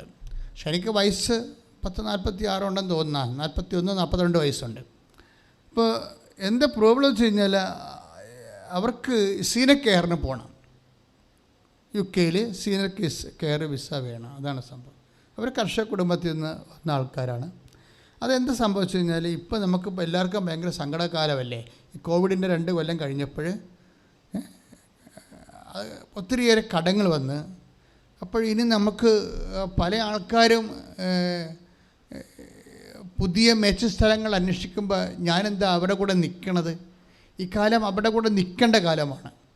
അതിനുവേണ്ടി നമുക്ക് ഉടമ്പടി ദൈവം തന്നിരിക്കണം. ഈ കാലം വളരെ മോശമാണ്. ഇപ്പം തന്നെ ജോസഫ് എന്താ പറയണത്? ജീവൻ നിലനിർത്താൻ വേണ്ടി കർത്താവാണ് എന്നെ ഇങ്ങോട്ട് അയച്ചത്. അപ്പം കർത്താവാണ് അയച്ചുകൊണ്ടിരിക്കുന്നത്, ഇല്ലേ? കാനഡയിലേക്കായാലും ഇംഗ്ലണ്ടിലേക്കായാലും ജീവൻ നിലനിർത്താൻ വേണ്ടി പട്ടിണിക്കാലത്ത് അയച്ചുകൊണ്ടിരിക്കുകയാണ്. ഇത് ദൈവം ഇപ്പം തുടങ്ങിയ റിക്രൂട്ടിംഗ് പരിപാടിയല്ല. ദൈവം തൻ്റെ ജനത്തെ കണ്ട കാലം മുതൽ ഇത് തന്നെയാണ് ചെയ്തുകൊണ്ടിരുന്നത്. ജീവൻ നിലനിർത്താൻ വേണ്ടി ഓരോ സ്ഥലത്തൊക്കെ ഷിഫ്റ്റ് ചെയ്തുകൊണ്ടിരിക്കും. അത് ദൈവത്തിൻ്റെ ഒരു നടപടിയാണ്. കർത്താവാണ് എന്നെ ഇങ്ങോട്ട് അയച്ചത്. അപ്പോൾ എമിഗ്രേഷൻ ഓഫീസർ എന്ന് പറയുന്നത് ആരാണ്? കർത്താവാണ്. കഴിഞ്ഞ ദിവസങ്ങളൊരു സാക്ഷി അടിപൊളി ഉണ്ടായിരുന്നു. അതായത് അവൾക്ക് പ്രോസസ്സിങ്ങിനല്ല ഭയങ്കര പ്രശ്നമുണ്ടായി. പ്രോസസ്സിങ്ങിന് പ്രശ്നം ഉണ്ടായ സമയത്ത് ഉടനെ പുള്ളിക്കാരത്തി ഇവിടെ വന്നിട്ടൊരു പ്രഖ്യാപനം. എന്താ പ്രഖ്യാപനം? അമ്മയുടെ മുഖത്ത് നോക്കിയ ഒരു പ്രഖ്യാപനം. നല്ല രസകരമായ സാക്ഷ്യമാണ് അത്. ഞാൻ യൂട്യൂബിൽ ഇട്ടിട്ടുണ്ട് ആ സാക്ഷ്യം. എന്താ പറയണത്? എൻ്റെ എമിഗ്രേഷൻ ഓഫീസർ അമ്മയാണ്, എനിക്ക് വേറെ ഒന്നും പറയാനില്ലെന്ന്. അതാണ് രസം. ആൾക്കാരുടെയൊക്കെ ഓരോ നിലപാടെന്ന് പറയുന്നത്. എൻ്റെ എമിഗ്രേഷൻ ഓഫീസർ, എനിക്ക് വേറെ ആരുടെടുത്തും ചെന്ന് ഞാൻ പറഞ്ഞ കാര്യമില്ല. എൻ്റെ എമിഗ്രേഷൻ ഓഫീസർ അമ്മയാണ്, ഞാനിത് അമ്മയെ ഏൽപ്പിക്കുന്നു. എൻ്റെ അമ്മ പിന്നെ ഗ്രീൻ ചാനലിലൂടെ ഈ ഇടിവെട്ട് പോലീസാണ് പോണത്. കാര്യം അതായത് നമ്മൾ ആർക്ക് വേണമെങ്കിലും ഇങ്ങനെയൊക്കെ പറയാം, പക്ഷെ ഇങ്ങനെ പറയണമെങ്കിൽ അതിന് പിന്നിലുള്ള ഒരു ദൈവത്തോടുള്ള ഒരു കടപ്പാടും അടുപ്പവും ഒക്കെ ഉണ്ടാകണം. വെറുതെ ചുമ്മാ പറയണമല്ല. അവരെ കർത്താവിന് ആത്മാർത്ഥമായിട്ട് ഹൃദയത്തിൽ ദൈവത്തിന് വേണ്ടി ജീവിച്ചവരാണ്. ഇപ്പോൾ ഷൈനി എന്താ പറയണത്? ഷൈനി പറഞ്ഞത് എനിക്ക് 42 വയസ്സുണ്ട്. എൻ്റെ ഇടയ്ക്കാണെങ്കിൽ ഇപ്പോൾ 10-300 കപ്പയുടെ ചുവടും ഒരു 10-50 റബ്ബറൊക്കെയാണ് കുഞ്ഞ് ജീവിതമായിട്ട് അങ്ങ് ജീവിച്ച് പോവുകയാണ്. അപ്പം ഞാൻ 5 പൈസ എൻ്റെ കയ്യിൽ കൊടുക്കാനില്ല ആർക്കും. ചോദിക്കണവന്മാരെല്ലാവരും പറയണത് 8 ലക്ഷം വേണം, 12 ലക്ഷം വേണം, ചില ഏജൻസി ചിലപ്പോൾ പറയും 14 ലക്ഷം വേണമെന്ന് പറയും. പക്ഷെ അതിന് പറയും ഞാൻ ഒറ്റ പൈസ തരത്തില്ലെന്ന് പറയും. ആരുടെ പറയണത്? അവരോടാ പറയണത്. എന്താ കാര്യം?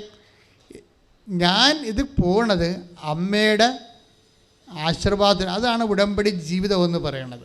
ഉടമ്പടി ഒരു ജീവിതമാണല്ലോ ശരിക്കും. കാര്യം എൻ്റെ കാശില്ല, പക്ഷേ എൻ്റെ അമ്മ വിടുമെന്ന് എന്നോട് മനസ്സിനോട് പറയുന്നുണ്ട്. എൻ്റെ അമ്മ എന്നെ വിടുമെന്ന് എൻ്റെ മനസ്സിനോട് പറഞ്ഞിട്ടുണ്ട്.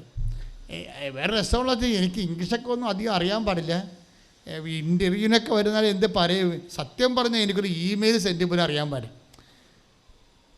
ആ ഷൈനിയുടെ സാക്ഷി നിങ്ങൾ കേൾക്കണം. അതായത് അവരൊരു വീട്ടമ്മയല്ലേ. 42 വയസ്സായെന്ന് പറയുമ്പോൾ എങ്ങനെയായാലും അവർക്ക് ഒരു 10ാം ക്ലാസ് അങ്ങനെ അല്ല അതല്ല, അവർ നേഴ്സാണ്. അതല്ല, ഇത്രയും നാൾ ഗ്യാപ്പ് വന്നില്ലേ. അവരുടെ മക്കളുമൊക്കെ പഠിച്ചുകൊണ്ടിരിക്കുന്ന പിള്ളേരല്ലേ. അപ്പോൾ എന്താ പ്രശ്നം വെച്ച് കഴിഞ്ഞാൽ ഇവരുടെ ഒരു നിലപാട്, ഈ കാർക്കശ്യമായ നിലപാട്, ഞാൻ ഒറ്റ പൈസ തരത്തിലെന്ന് പറഞ്ഞാൽ എന്താ കരുത്? അവിടെ പൈസ ഇല്ല കൊടുക്കാൻ. അതാണ് പ്രധാനപ്പെട്ട കാര്യം. പക്ഷെ അവർ ഈ ദാർഢ്യമായിട്ട് പറയണത് എന്താണ്? അമ്മയെ കണ്ടുകൊണ്ടാണ് പറയണത്. ഞാൻ ഉടമ്പടി എടുത്തിട്ടുണ്ടെന്നാണ്. അതാണ് എൻ്റെ അടിയൊഴുക്ക്. അതാണ് ഞാൻ ഉടമ്പടി എടുത്തിട്ടുണ്ട്. എന്താണ്? 5 പൈസ ഇല്ലാതെ എൻ്റെ അമ്മ എന്നെ കൊണ്ടുപോയിക്കൊള്ളൂ. അപ്പോൾ അവർ തിരക്കി എല്ലായിടത്തും. അപ്പോൾ 8 ലക്ഷം പറഞ്ഞു തൊട്ട് 14 ലക്ഷം വരെ പറഞ്ഞു പോകാൻ വേണ്ടി. പക്ഷേ ഇവരെന്താ ചെയ്യുക? അപ്പോൾ ഇവരെന്നിട്ട് എന്താ പറയുക, എനിക്കൊരു ഇമെയിൽ പോലും സെൻഡ് ചെയ്യാൻ അറിയാൻ പാടില്ല. അപ്പോൾ ഇമെയിൽ പോലും സെൻഡ് ചെയ്യാൻ അറിയാൻ പാടില്ലാത്ത ആളാണ് ഇംഗ്ലണ്ടിൽ ചെല്ലാൻ പോണത്. അതാണ് വിഷയം. പക്ഷെ അതല്ല, ഇംഗ്ലണ്ടിൽ ചെല്ലാനുള്ളൊരു മാനസികാവസ്ഥ ഡെവലപ്പ് ചെയ്ത് തന്നെ കണ്ടില്ലേ. നമുക്ക് ചിലപ്പോൾ ചിലത് അടുത്ത പഞ്ചായത്തിൽ പോകാത്ത ആൾക്കാരുണ്ടാവും. പക്ഷെ അവർക്കൊക്കെ ഉടമ്പടി എടുത്ത് കഴിയുമ്പോൾ അവരോട് കൂട്ടിച്ചേർക്കപ്പെടുന്നത് വലിയൊരു സ്വപ്നവും ഇച്ഛാശക്തിയും കൂടിയാണ്. ഇതൊക്കെ എങ്ങനെ വരണമെന്ന് നമുക്കറിയാൻ പറ്റത്തില്ല. എന്നിട്ട് അവസാനം ഒരു ബ്രിട്ടീഷ് കമ്പനി ഇവരോട് ഇൻ്റർവ്യൂ ചെയ്യുന്നുണ്ട്. അവർക്കറിയാവുന്ന പോലെയൊക്കെ അവർ പറയുന്നുണ്ട് അവരോട്. പക്ഷേ ഓഫർ ലെറ്റർ മാത്രം വരുന്നില്ല. അപ്പോൾ ഓഫർ ലെറ്റർ വരാതിരിക്കുമ്പോൾ ഇവർക്ക് മനസ്സിലാകും ഈ ഇംഗ്ലീഷുകാരൻ അല്ല ഇവരെ ഇത് റിജക്റ്റ് ചെയ്യണത്, ആപ്ലിക്കേഷൻ. അപ്പോൾ ഇംഗ്ലീഷുകാരൻ റിജക്റ്റ് ചെയ്ത് കഴിഞ്ഞാൽ മിക്കവാറും പിന്നെ അത് അവർ ടേക്കപ്പ് ചെയ്യത്തില്ല. അപ്പോഴീ ഷൈനി ഒരു സാക്ഷ്യം കേൾക്കും. സാക്ഷ്യം കേൾക്കണമെന്ന് വെച്ച് കഴിഞ്ഞാൽ ഇതുപോലെ തന്നെ ഒരു ലെറ്റർ ജോലി, അതായത്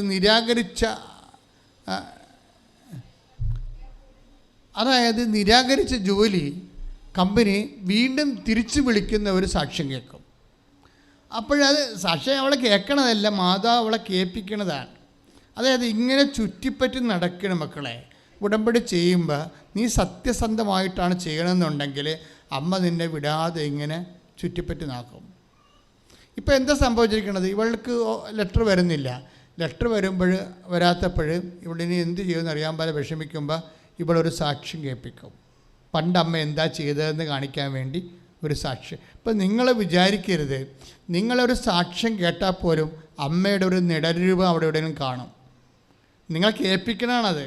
നീ പിന്തിരിയരുത്, നീ പിന്തിരിയരുത്, നീ ഉടമ്പടി കറക്റ്റ് ചെയ്യാൻ പറയും. അപ്പോഴുടനെ എന്താ ചെയ്തെന്ന് വെച്ച് കഴിഞ്ഞാൽ ഷൈനി വിചാരിക്കും അപ്പോഴുടനെ ഇവർ വിചാരിക്കേ ശരി എന്നാൽ ഉടമ്പടി കുറച്ചുകൂടി കാർക്കശ്യമാക്കിയിട്ട് ചെയ്യാമെന്ന് വിചാരിച്ചു. പിന്മാറാനല്ല, അവരുടെ ഒരു ഗവൺമെൻറ് ആശുപത്രിയിലൊന്നും പോയിട്ടില്ല ഈ രോഗികളെ കാണാൻ വേണ്ടി. പിന്നെ ഷൈന ഉടനെ ഗവൺമെൻറ് ആശുപത്രിയിൽ പോകും. അപ്പോൾ ഞാൻ നിങ്ങളോട് പറയത്തില്ല ഗവൺമെൻറ് ആശുപത്രിയിൽ പോകണം, അവിടെ പാവപ്പെട്ട രോഗികളുണ്ട്, അവർക്ക് ഭക്ഷണം കൊടുക്കണം, വസ്ത്രം കൊടുക്കണം എന്നൊക്കെ പറയുമ്പോൾ ഇനിയിപ്പോൾ അത് ഗവൺമെൻറ് ആശുപത്രി പോകാനാണ്, നാട്ടിൽ തന്നെയുള്ള പല പ്രൈവറ്റ് ആശുപത്രിയും പോയേക്കാൻ രോഗികളെ കണ്ടാൽ മതിയല്ല. അതൊക്കെ ഇങ്ങനെ പെയ്തും പെരക്കി പിച്ചും പെയ്യും പറഞ്ഞാൽ കുറേ പെരിച്ചാഴികൾ ഉടമ്പടി എടുത്തിട്ടുണ്ട്. അതാണ് പ്രശ്നം. കാര്യം അവർക്ക് ഇതിനെക്കുറിച്ച് അറിയത്തില്ല. ഇതിന് ജ്ഞാനം കിട്ടിയിരിക്കുന്നതും എന്നോടല്ലേ ഇത് പറഞ്ഞുകൊണ്ടിരിക്കണം എപ്പോഴും ഓരോ കാര്യം.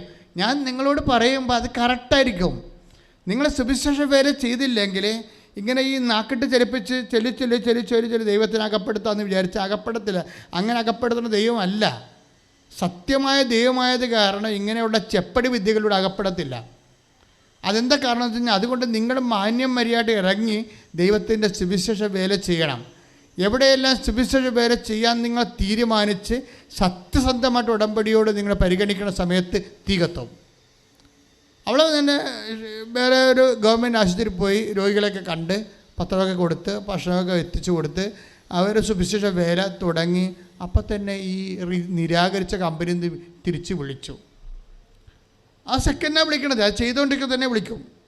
കാരണം ദൈവം വാക്ക് മാറത്തില്ല ഒരിക്കലും, നിങ്ങളാണ് ഈ വാക്ക് മാറണത്. പല ആൾക്കാർക്കും ഉടമ്പടിയിൽ വന്നിരിക്കുന്നത് അവർ പറയണ എന്തെങ്കിലും ചെയ്ത് വെക്കും. അതിൻ്റെ അകത്ത് ഉടമ്പടി ചെയ്തിട്ട് എന്തെങ്കിലും ചെയ്ത് വെക്കും. കുറച്ച് പേര് അത് തൊട്ടടുത്തുള്ള ആരെങ്കിലും രോഗികളൊക്കെ പോയി കണ്ടിട്ട് മാതാവിൻ്റെ കണ്ണിൽ പൊടിയിടും. ചില ആൾക്കാർ പത്രം പലപ്പോഴായിട്ടൊക്കെ കൊടുത്തൊക്കെ തീർക്കും. അത് വെച്ചാൽ വല്ല വീട്ടിൽ വല്ല ഇൻസ്റ്റാൾമെൻറ്റാ വല്ല ചിട്ടിയുടെ കാശടക്കാനൊക്കെ വന്നവർക്ക് ഓരോ പത്രമൊക്കെ ഇങ്ങനെ കൊടുത്ത് അവിടെ വേറെ നമ്മുടെ കൈ നനയാതെ അവർ മീൻ പിടിച്ചുകൊണ്ടിരിക്കും. അപ്പോൾ ഇതൊന്നും വർക്കൗട്ട് ചെയ്യത്തില്ല. കാരണം നിങ്ങളിങ്ങനെ ചെയ്ത് ഒപ്പിക്കണ സാധനമല്ല ഇത്. ദൈവത്തിന് വേണ്ടി സുവിശേഷത്തിൻ്റെ സാക്ഷിയാകണ പരിപാടിയാണ്. അത് നെഞ്ചുറപ്പോടുകൂടി യേശുക്രിസ്തുവിൻ്റെ സാക്ഷിയാണ് ഞാൻ. കർത്താവിനെ അറിയിക്കാൻ, അറിഞ്ഞവരെ ആഴപ്പെടുത്താൻ കർത്താവെ എന്നെ അഭിഷേകം ചെയ്തതിന് നന്ദി പറയുന്നു. എന്നിലൂടെ 10,000 മനുഷ്യർ ഈ കാലഘട്ടത്തിൽ കർത്താവിലേക്ക് വിശ്വാസത്തിലേക്ക് വരും, അല്ലെങ്കിൽ ഞാൻ വരുത്തും. ഞാനിപ്പം മാത്രമല്ല, കാലാകാലം ഞാൻ മരിക്കണവരെ എൻ്റെ കർത്താവിന് വേണ്ടി ഞാൻ വേല ചെയ്യുമെന്ന് പറഞ്ഞ് സ്വർഗത്തിൻ്റെ പഠന്മാരായിട്ട് മാറാൻ വരുമ്പോൾ അപ്പം ദൈവമാരാണ് നിങ്ങളറിയും. നിങ്ങളിങ്ങനെ വാദപ്പനിയും പിടിച്ച് ചിക്കൻ ഗുനിയായും വന്ന് ഡെങ്കിപ്പനിയും വന്ന് തക്കാളിയും വന്ന് എല്ലാം പിടിഞ്ഞ് പനി പിടിച്ച രോഗികളെപ്പോലെയാണ് പലരും ഈ പ്രേക്ഷിത പ്രവർത്തനം ചെയ്യണത്. കാര്യം ഇതിൻ്റെ ഈ വെടിമരുന്നിരിക്കുന്ന പ്രേക്ഷിത പ്രവർത്തനത്തിലാണ്. കാര്യം ഇത് ചെയ്യുന്ന പ്രാർത്ഥനയാണല്ല, ചെല്ലുന്ന പ്രാർത്ഥന അല്ലല്ലേ. കാര്യം നമുക്കറിയാമല്ലോ, എല്ലാ പ്രാർത്ഥനാ രൂപങ്ങളും മനുഷ്യന് പ്രതിസന്ധി വന്നപ്പോൾ തുടങ്ങിയതാണ്, ദൈവം തുടങ്ങിച്ചതാണ്. എല്ലാ പ്രാർത്ഥനാ രൂപങ്ങളും മനുഷ്യന് പ്രതിസന്ധി വന്നപ്പോൾ ദൈവം ഏതെങ്കിലും ഒരു മനുഷ്യനെ ദൈവമായിട്ട് അടുത്ത് നിൽക്കുന്ന ആൾക്കാരെ ദൈവം അഭിഷേകം ചെയ്തിട്ടുള്ളതാണ്. ഇപ്പം ജപമാല ഒരു കാലഘട്ടത്തിൽ 12-ാം നൂറ്റാണ്ട് 10 പ്ലേഗിൻ്റെ കാലം കഴിഞ്ഞപ്പോഴേ, അതായത് ലക്ഷക്കണക്കിന് മനുഷ്യർ മരിച്ചു തീർന്നിട്ടുള്ള ഒരു 10-ാം നൂറ്റാണ്ടുണ്ട്. പുരുഷത്വം നടത്തിയ 12-ാം നൂറ്റാണ്ട് വരെയുള്ള കാലങ്ങളിൽ യൂറോപ്പ് തളർന്നു പോയൊരു കാലഘട്ടത്തിലാണ് ഈ ശക്തിയുടെ ആയുധമായിട്ട് വരുന്നത്, ജപമാലയായിട്ട് വരുന്നത്. അപ്പോൾ ആ ഒരു കാലഘട്ടം ഡൊമിനിക്കാണ്, സെൻറ്റ് ഡൊമിനിക്കാണ് ഇതിൻ്റെ പ്രയുക്തമായിട്ട് വരണത്. അയാളൊരു അങ്ങനെ ഒരു മനുഷ്യനാണ്, വൈദികനാണ്. പക്ഷേ എന്ത് സംഭവിച്ചു കഴിഞ്ഞാൽ അന്നത്തെ കാലത്ത് ദൈവത്തോട് ഏറ്റവും അടുപ്പം ഉണ്ടായിരുന്നൊരു മനുഷ്യനാണ്. അതുകൊണ്ട് ദൈവം അദ്ദേഹത്തിലൂടെയാണ് അത് ഉയർത്തിക്കൊണ്ട് വന്നത്, അത് നിറവേറ്റിക്കൊണ്ട് വന്നത്. പിന്നെ അത് ലോകത്തിൻ്റെ മുഴുവനും ശക്തിയുടെയും സംരക്ഷണത്തിൻ്റെയും സംവിധാനമായി മാറി ജപമാല. അതൊക്കെ മുമ്പൊരു കാര്യമായിട്ട് ചെയ്തായിരുന്നു. എന്താണ്? കുരിശിൻ്റെ വഴി. അത് ഒരു മനുഷ്യനാണ് ചെയ്തത്. ആരാണത്? Francis Assisi. തുർക്കികൾ ജെറുസലേം മുഴുവൻ വളഞ്ഞ് അത് മുഴുവൻ കീഴടക്കി കഴിഞ്ഞപ്പോൾ വിശുദ്ധ നാട്ടിൽ പ്രാർത്ഥിക്കാൻ പോകാൻ പറ്റാതിരുന്ന ഫ്രാൻസിസ് അസീസിക്ക് സങ്കടം വന്ന് അങ്ങനെ അദ്ദേഹത്തിൻ്റെ മുറിയിൽ തന്നെ ഈ 12-ാം നൂറ്റാണ്ടിൽ അദ്ദേഹത്തിൻ്റെ മുറിയിൽ തന്നെ കർത്താവിൻ്റെ ചില സ്ഥലങ്ങളൊക്കെ എഴുതി വെച്ച് കർത്താവിൻ്റെ വീഴ്ചയെക്കുറിച്ചും കുരിശ് ചുമക്കുന്നതിനെക്കുറിച്ചുമൊക്കെ ആത്മാവിൽ ധ്യാനിച്ച് കർത്താവിൻ്റെ പീഡാനുഭവം കൊണ്ട് ഐക്യപ്പെട്ട് അങ്ങേര് രൂപപ്പെടുത്തിയെടുത്തതാണ് കുരിശിൻ്റെ വഴി. ഒരു വ്യക്തിയാണ് അല്ലേ? ഓരോ പ്രതിസന്ധി വരുമ്പോൾ ദൈവത്തിൻ്റെ അഭിഷിക്തരെ ഏറ്റവും അടുത്ത് നിൽക്കുന്ന അഭിഷിക്തരിലൂടെയാണ് ദൈവം ഓരോ കാര്യങ്ങൾ ചെയ്യണത്. ഇത് തന്നെയാണ് ഈ 13-ാം നൂറ്റാണ്ടിൽ കാര്യം. ഇതെല്ലാം 12, 13, 14, 16 നൂറ്റാണ്ട് രൂപപ്പെട്ട് വന്നിട്ടുള്ള ഭക്തകൃത്യങ്ങളാണ് ഇന്നും ജ്വലിച്ച് നിൽക്കണതേ. അതായത് ഇപ്പോൾ തന്നെ ഉദാഹരണത്തിന് ലൊംബാർഡ്സ്, വിസിഗോട്ട്സ്, അതുപോലെ തന്നെ മൂർസ്, ഇവരെല്ലാം റോമിനെ ആക്രമിച്ച് പൊട്ടിച്ച് തവിട് പൊടിയായി കഴിഞ്ഞപ്പോൾ അച്ഛന്മാരെയും വിശ്വാസികളെയും സിസ്റ്റേഴ്സിനെയൊക്കെ 100 കണക്കിന് കൊല്ലുമായിരുന്നു ഈ ലൊംബാർഡ്സ്. ഇതിപ്പോൾ ഭീകരവർഗമാണ്. അങ്ങനെ വന്നപ്പോൾ ലൊംബാർഡ്സ് ക്ലാരപ്പുണ്യാളത്തിയുടെ ഡിപ്പാർട്ട്മെൻറ്റിലൊക്കെ 100 കുതിരകളുമായിട്ട് വെട്ടിക്കൊല്ലാൻ വേണ്ടി കയറുമ്പോൾ ക്ലാരപ്പുണ്യാളത്തി ഈ നാഴി പോലെ ഒരു സംവിധാനത്തിലാണ് കുർബാന അന്ന് സൂക്ഷിച്ചിരുന്നത് രോഗികൾക്ക് വേണ്ടി. ആ ചെറിയ നാഴിയും പിടിച്ചുകൊണ്ട് പുറത്തേക്ക് വരും. കർത്താവേ, ഞങ്ങൾക്ക് ആരുമില്ല, നീ മാത്രമേ ഉള്ളൂ എന്ന്. അതുകൊണ്ട് തന്നെ ഈ ലൊംബാർഡ്സിൻ്റെ മുമ്പിൽ ഇങ്ങനെ വിറച്ച് തള്ളി തുള്ളി കുർബാനയുമായിട്ട് നിൽക്കും. അതോടുകൂടി ഇവർ പിന്തിരിഞ്ഞു പോകും. അന്ന് മുതലാണ് ആരാധന തുടങ്ങുന്നത്, ദിവ്യകാരുണ്യ ആരാധന. അപ്പം ഇങ്ങനെ ആരാധനയായാലും ജപമാലയായാലും കുരിശിൻ്റെ വഴിയായാലും സഭയുടെ ഓരോ ആപൽഘട്ടങ്ങളിൽ കിട്ടിയ അഭിഷേകങ്ങളാണ്. അതെല്ലാം ഒരു വ്യക്തികളിലൂടെ തുടങ്ങിയതാണ്.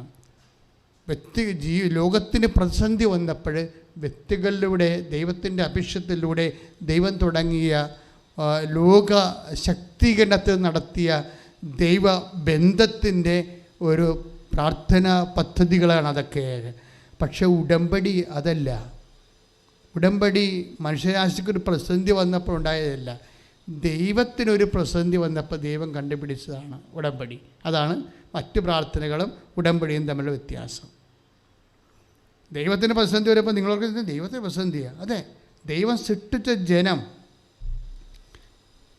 ദൈവത്തെക്കാൾ ഉപരി ദൈവത്തിൻ്റെ കൽപ്പനകൾ മറന്ന് സാത്താന് വിധേയപ്പെട്ട് കൃപ നഷ്ടപ്പെടുത്തി പോയപ്പോഴാണ് ഏദനിലെ ആദ്യത്തെ ഉടമ്പടി ഉണ്ടാകുന്നത്. മനസ്സിലായില്ലേ? പിന്നീട് ഏദൻ്റെ ഉടമ്പടി കഴിയുമ്പോഴാണ് രണ്ടാമത്തെ ഉടമ്പടി. ആദത്തിൻ്റെ ഉടമ്പടി കഴിഞ്ഞ ശേഷമാണ് ഏദൻ ഉടമ്പടി. ഏദൻ ഉടമ്പടി തന്നെ ആണ് മരിയൻ ഉടമ്പടി. എന്താണ്? ഈ കൃപ നഷ്ടപ്പെട്ട മനുഷ്യന് വീണ്ടും കൃപ അഭിഷേകം ഉണ്ടാകാൻ വേണ്ടി ദൈവം കണ്ടുപിടിച്ചാണ് ഉടമ്പടി. കൃപ നഷ്ടപ്പെട്ട മനുഷ്യന്, അശക്തരായിപ്പോയ മനുഷ്യർ, ദൈവത്തിന് അകന്നുപോയ മനുഷ്യർ, ജീവിതത്തിൽ തരിപ്പണമായി പരാജയപ്പെടാൻ പോകുന്ന മനുഷ്യനെ തൻ്റെ മാറോട് ചേർത്ത് വെക്കാൻ വേണ്ടി ദൈവം കണ്ടുപിടിച്ചതാണ് ഉടമ്പടി. Eden, covenant of Eden. അതിലെന്താണ് പറയണത്? നിനക്ക് സ്ത്രീക്കും തമ്മിൽ 33:15 നിൻ്റെ സന്തതിക്കും സ്ത്രീയുടെ സന്തതിക്കും തമ്മിൽ ഞാൻ ശത്രുത ഉളവാക്കും, അവൻ്റെ കുതികാലിന് നീ പരിക്കേൽപ്പിക്കുമെന്ന്. അപ്പം അവൻ അവിടെ വരികയാണ്. അവൻ മാത്രമല്ല, സ്ത്രീയും. അവൻ പറയണ പോലെ ചെയ്യാൻ പറയണത് സ്ത്രീയാണ്. മനസ്സിലായില്ലേ? അവൻ പറയണത് പോലെ ചെയ്യാൻ പറയണത് സർപ്പത്തിൻ്റെ കുതികാലില് സർപ്പത്തിന് തലക്ക് ചവിട്ടിയ അവൻ പറയണത് പോലെ ചെയ്യാൻ പറയണതും പറഞ്ഞ് ചെയ്യിക്കണതും സ്ത്രീയാണ്. ആ സ്ത്രീയാണ് മറിയാം. അവരുടെ മധ്യസ്ഥത്തിലാണ് ഈ മരിയൻ ഉടമ്പടി. അപ്പോഴിതെന്ന് പറയണത് ചൊല്ലണ പ്രാർത്ഥനയല്ല, ചെയ്യണ പ്രാർത്ഥനയാണ്. ദൈവത്തിൻ്റെ പ്രതിസന്ധി ഉണ്ടായ കാലത്ത് മനുഷ്യന്മാർ കണ്ടുപിടിച്ചതല്ല, ദൈവം മുൻകൈയെടുത്ത് ചെയ്തതാണെന്നുള്ള ബോധ്യം നമുക്കുണ്ടാകണം. കൈയിടിച്ച് കർത്താവിനെ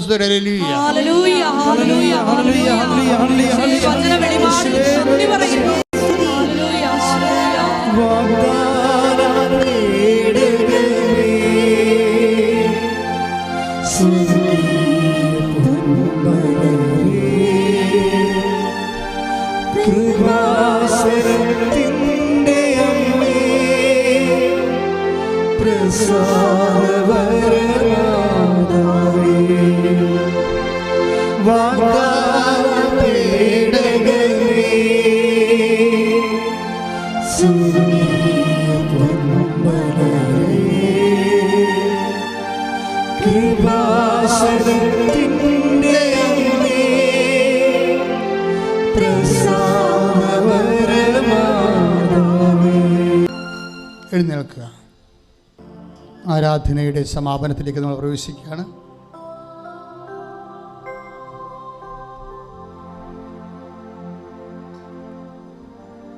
ഉടമ്പടി വെച്ചിരിക്കുന്ന മുഴുവൻ കാര്യങ്ങളെയും മക്കൾ ഓർക്കുക.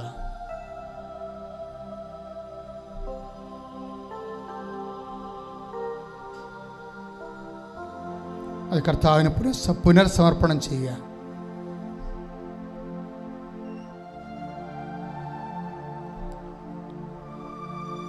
ഏതെങ്കിലും വിഷയത്തിൽ സാക്ഷ്യം പറയാൻ പറ്റിയിട്ടില്ലെങ്കിൽ ഈ ആഴ്ചയിൽ തന്നെ പറഞ്ഞുകൊള്ളാമെന്ന് ഈശോയ്ക്ക് വാഗ്ദാനം കൊടുക്കുക.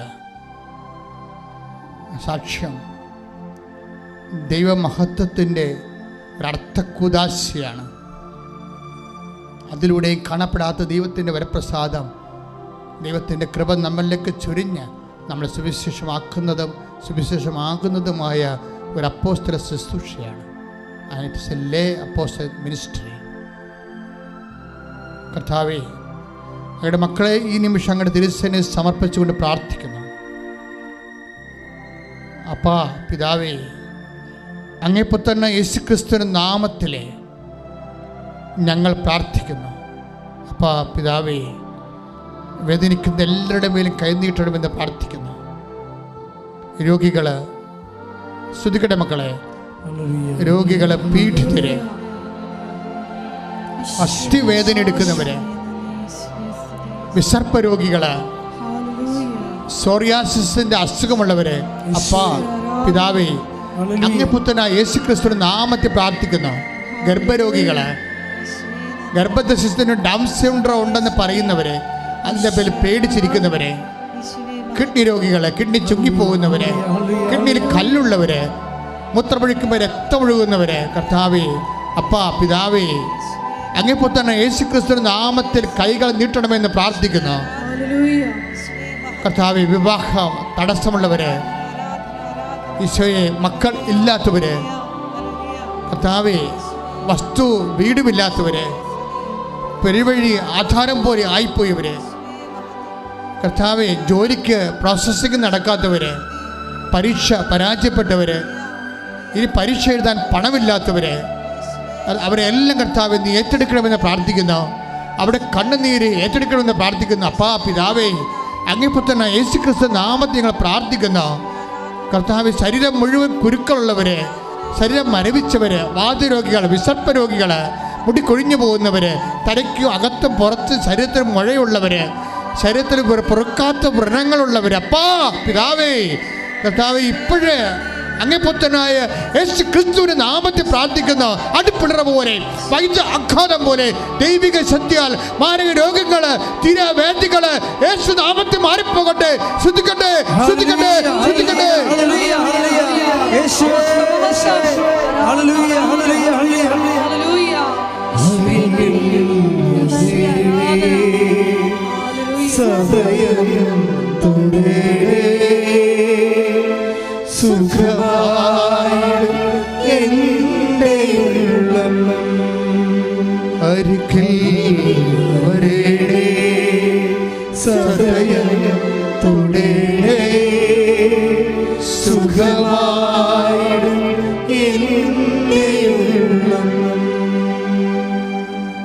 വീണ്ടും ശ്രദ്ധിക്കട്ടെ. കർത്താവേ, ജോലിയില്ലാത്തവരെ സംബന്ധിച്ച് പ്രാർത്ഥിക്കുന്നു. കർത്താവേ, മക്കൾ തെറ്റായ പ്രണയ ബന്ധത്തിൽ അകപ്പെട്ടവരെ സമർപ്പിച്ച് പ്രാർത്ഥിക്കുന്നു. കോവിഡ് കാലത്ത് കർത്താവ് വാടക കൊടുക്കാൻ പറ്റാത്തതിൻ്റെ പേരിൽ കടകൾ പൂട്ടിപ്പോയവരെ, കടകൾ വിട്ടു കൊടുക്കേണ്ടി വന്നവരെ സംബന്ധിച്ച് പ്രാർത്ഥിക്കുന്നു.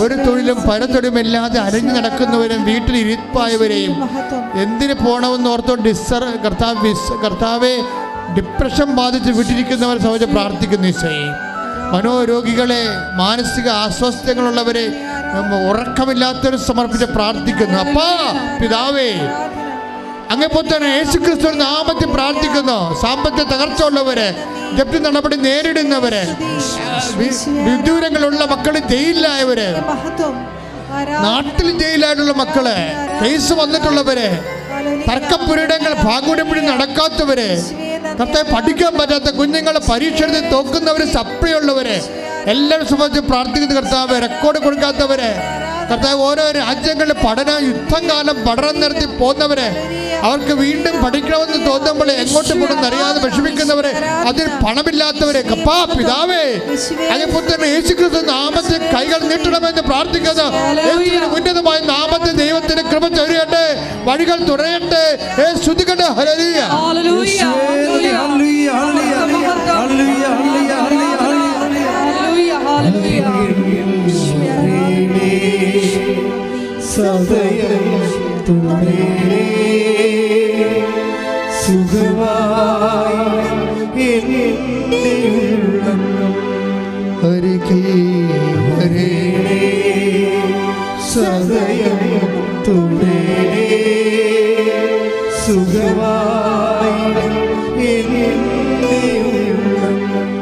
മക്കളെ മൗനമായി പ്രാർത്ഥിച്ച് വളരെ തീക്ഷ്ണമായി, ഏറ്റവും നല്ല സമയമാണിത്.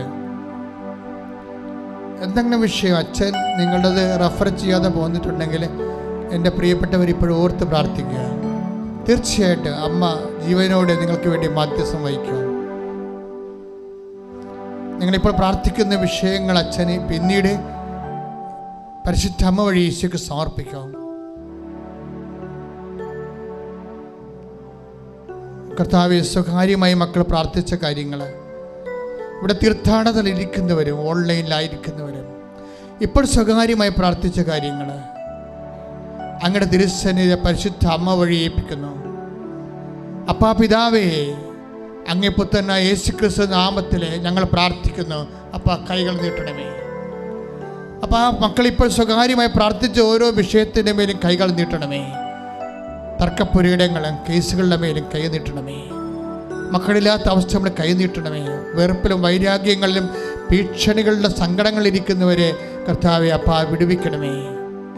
ഇൻ്റർവ്യൂവിനും ടെസ്റ്റിനും കർത്താവെ പരീക്ഷയ്ക്ക് ഒരുങ്ങുന്നവരെ, കഴിഞ്ഞവരെ, റിസൾട്ട് പ്രതീക്ഷിക്കുന്നവരെ എല്ലാം ആശ്രയം, ഏജൻറ്റിൻ്റെ കയ്യിൽ പണം കുടുങ്ങിപ്പോയവരെ, യൂണിവേഴ്സിറ്റിയിൽ പണം കുടുങ്ങിപ്പോയവരെ അപ്പാ ഇപ്പോഴ് ഏറ്റെടുക്കണമെന്ന് പ്രാർത്ഥിക്കുന്നു. ശ്രദ്ധിക്കട്ടെ.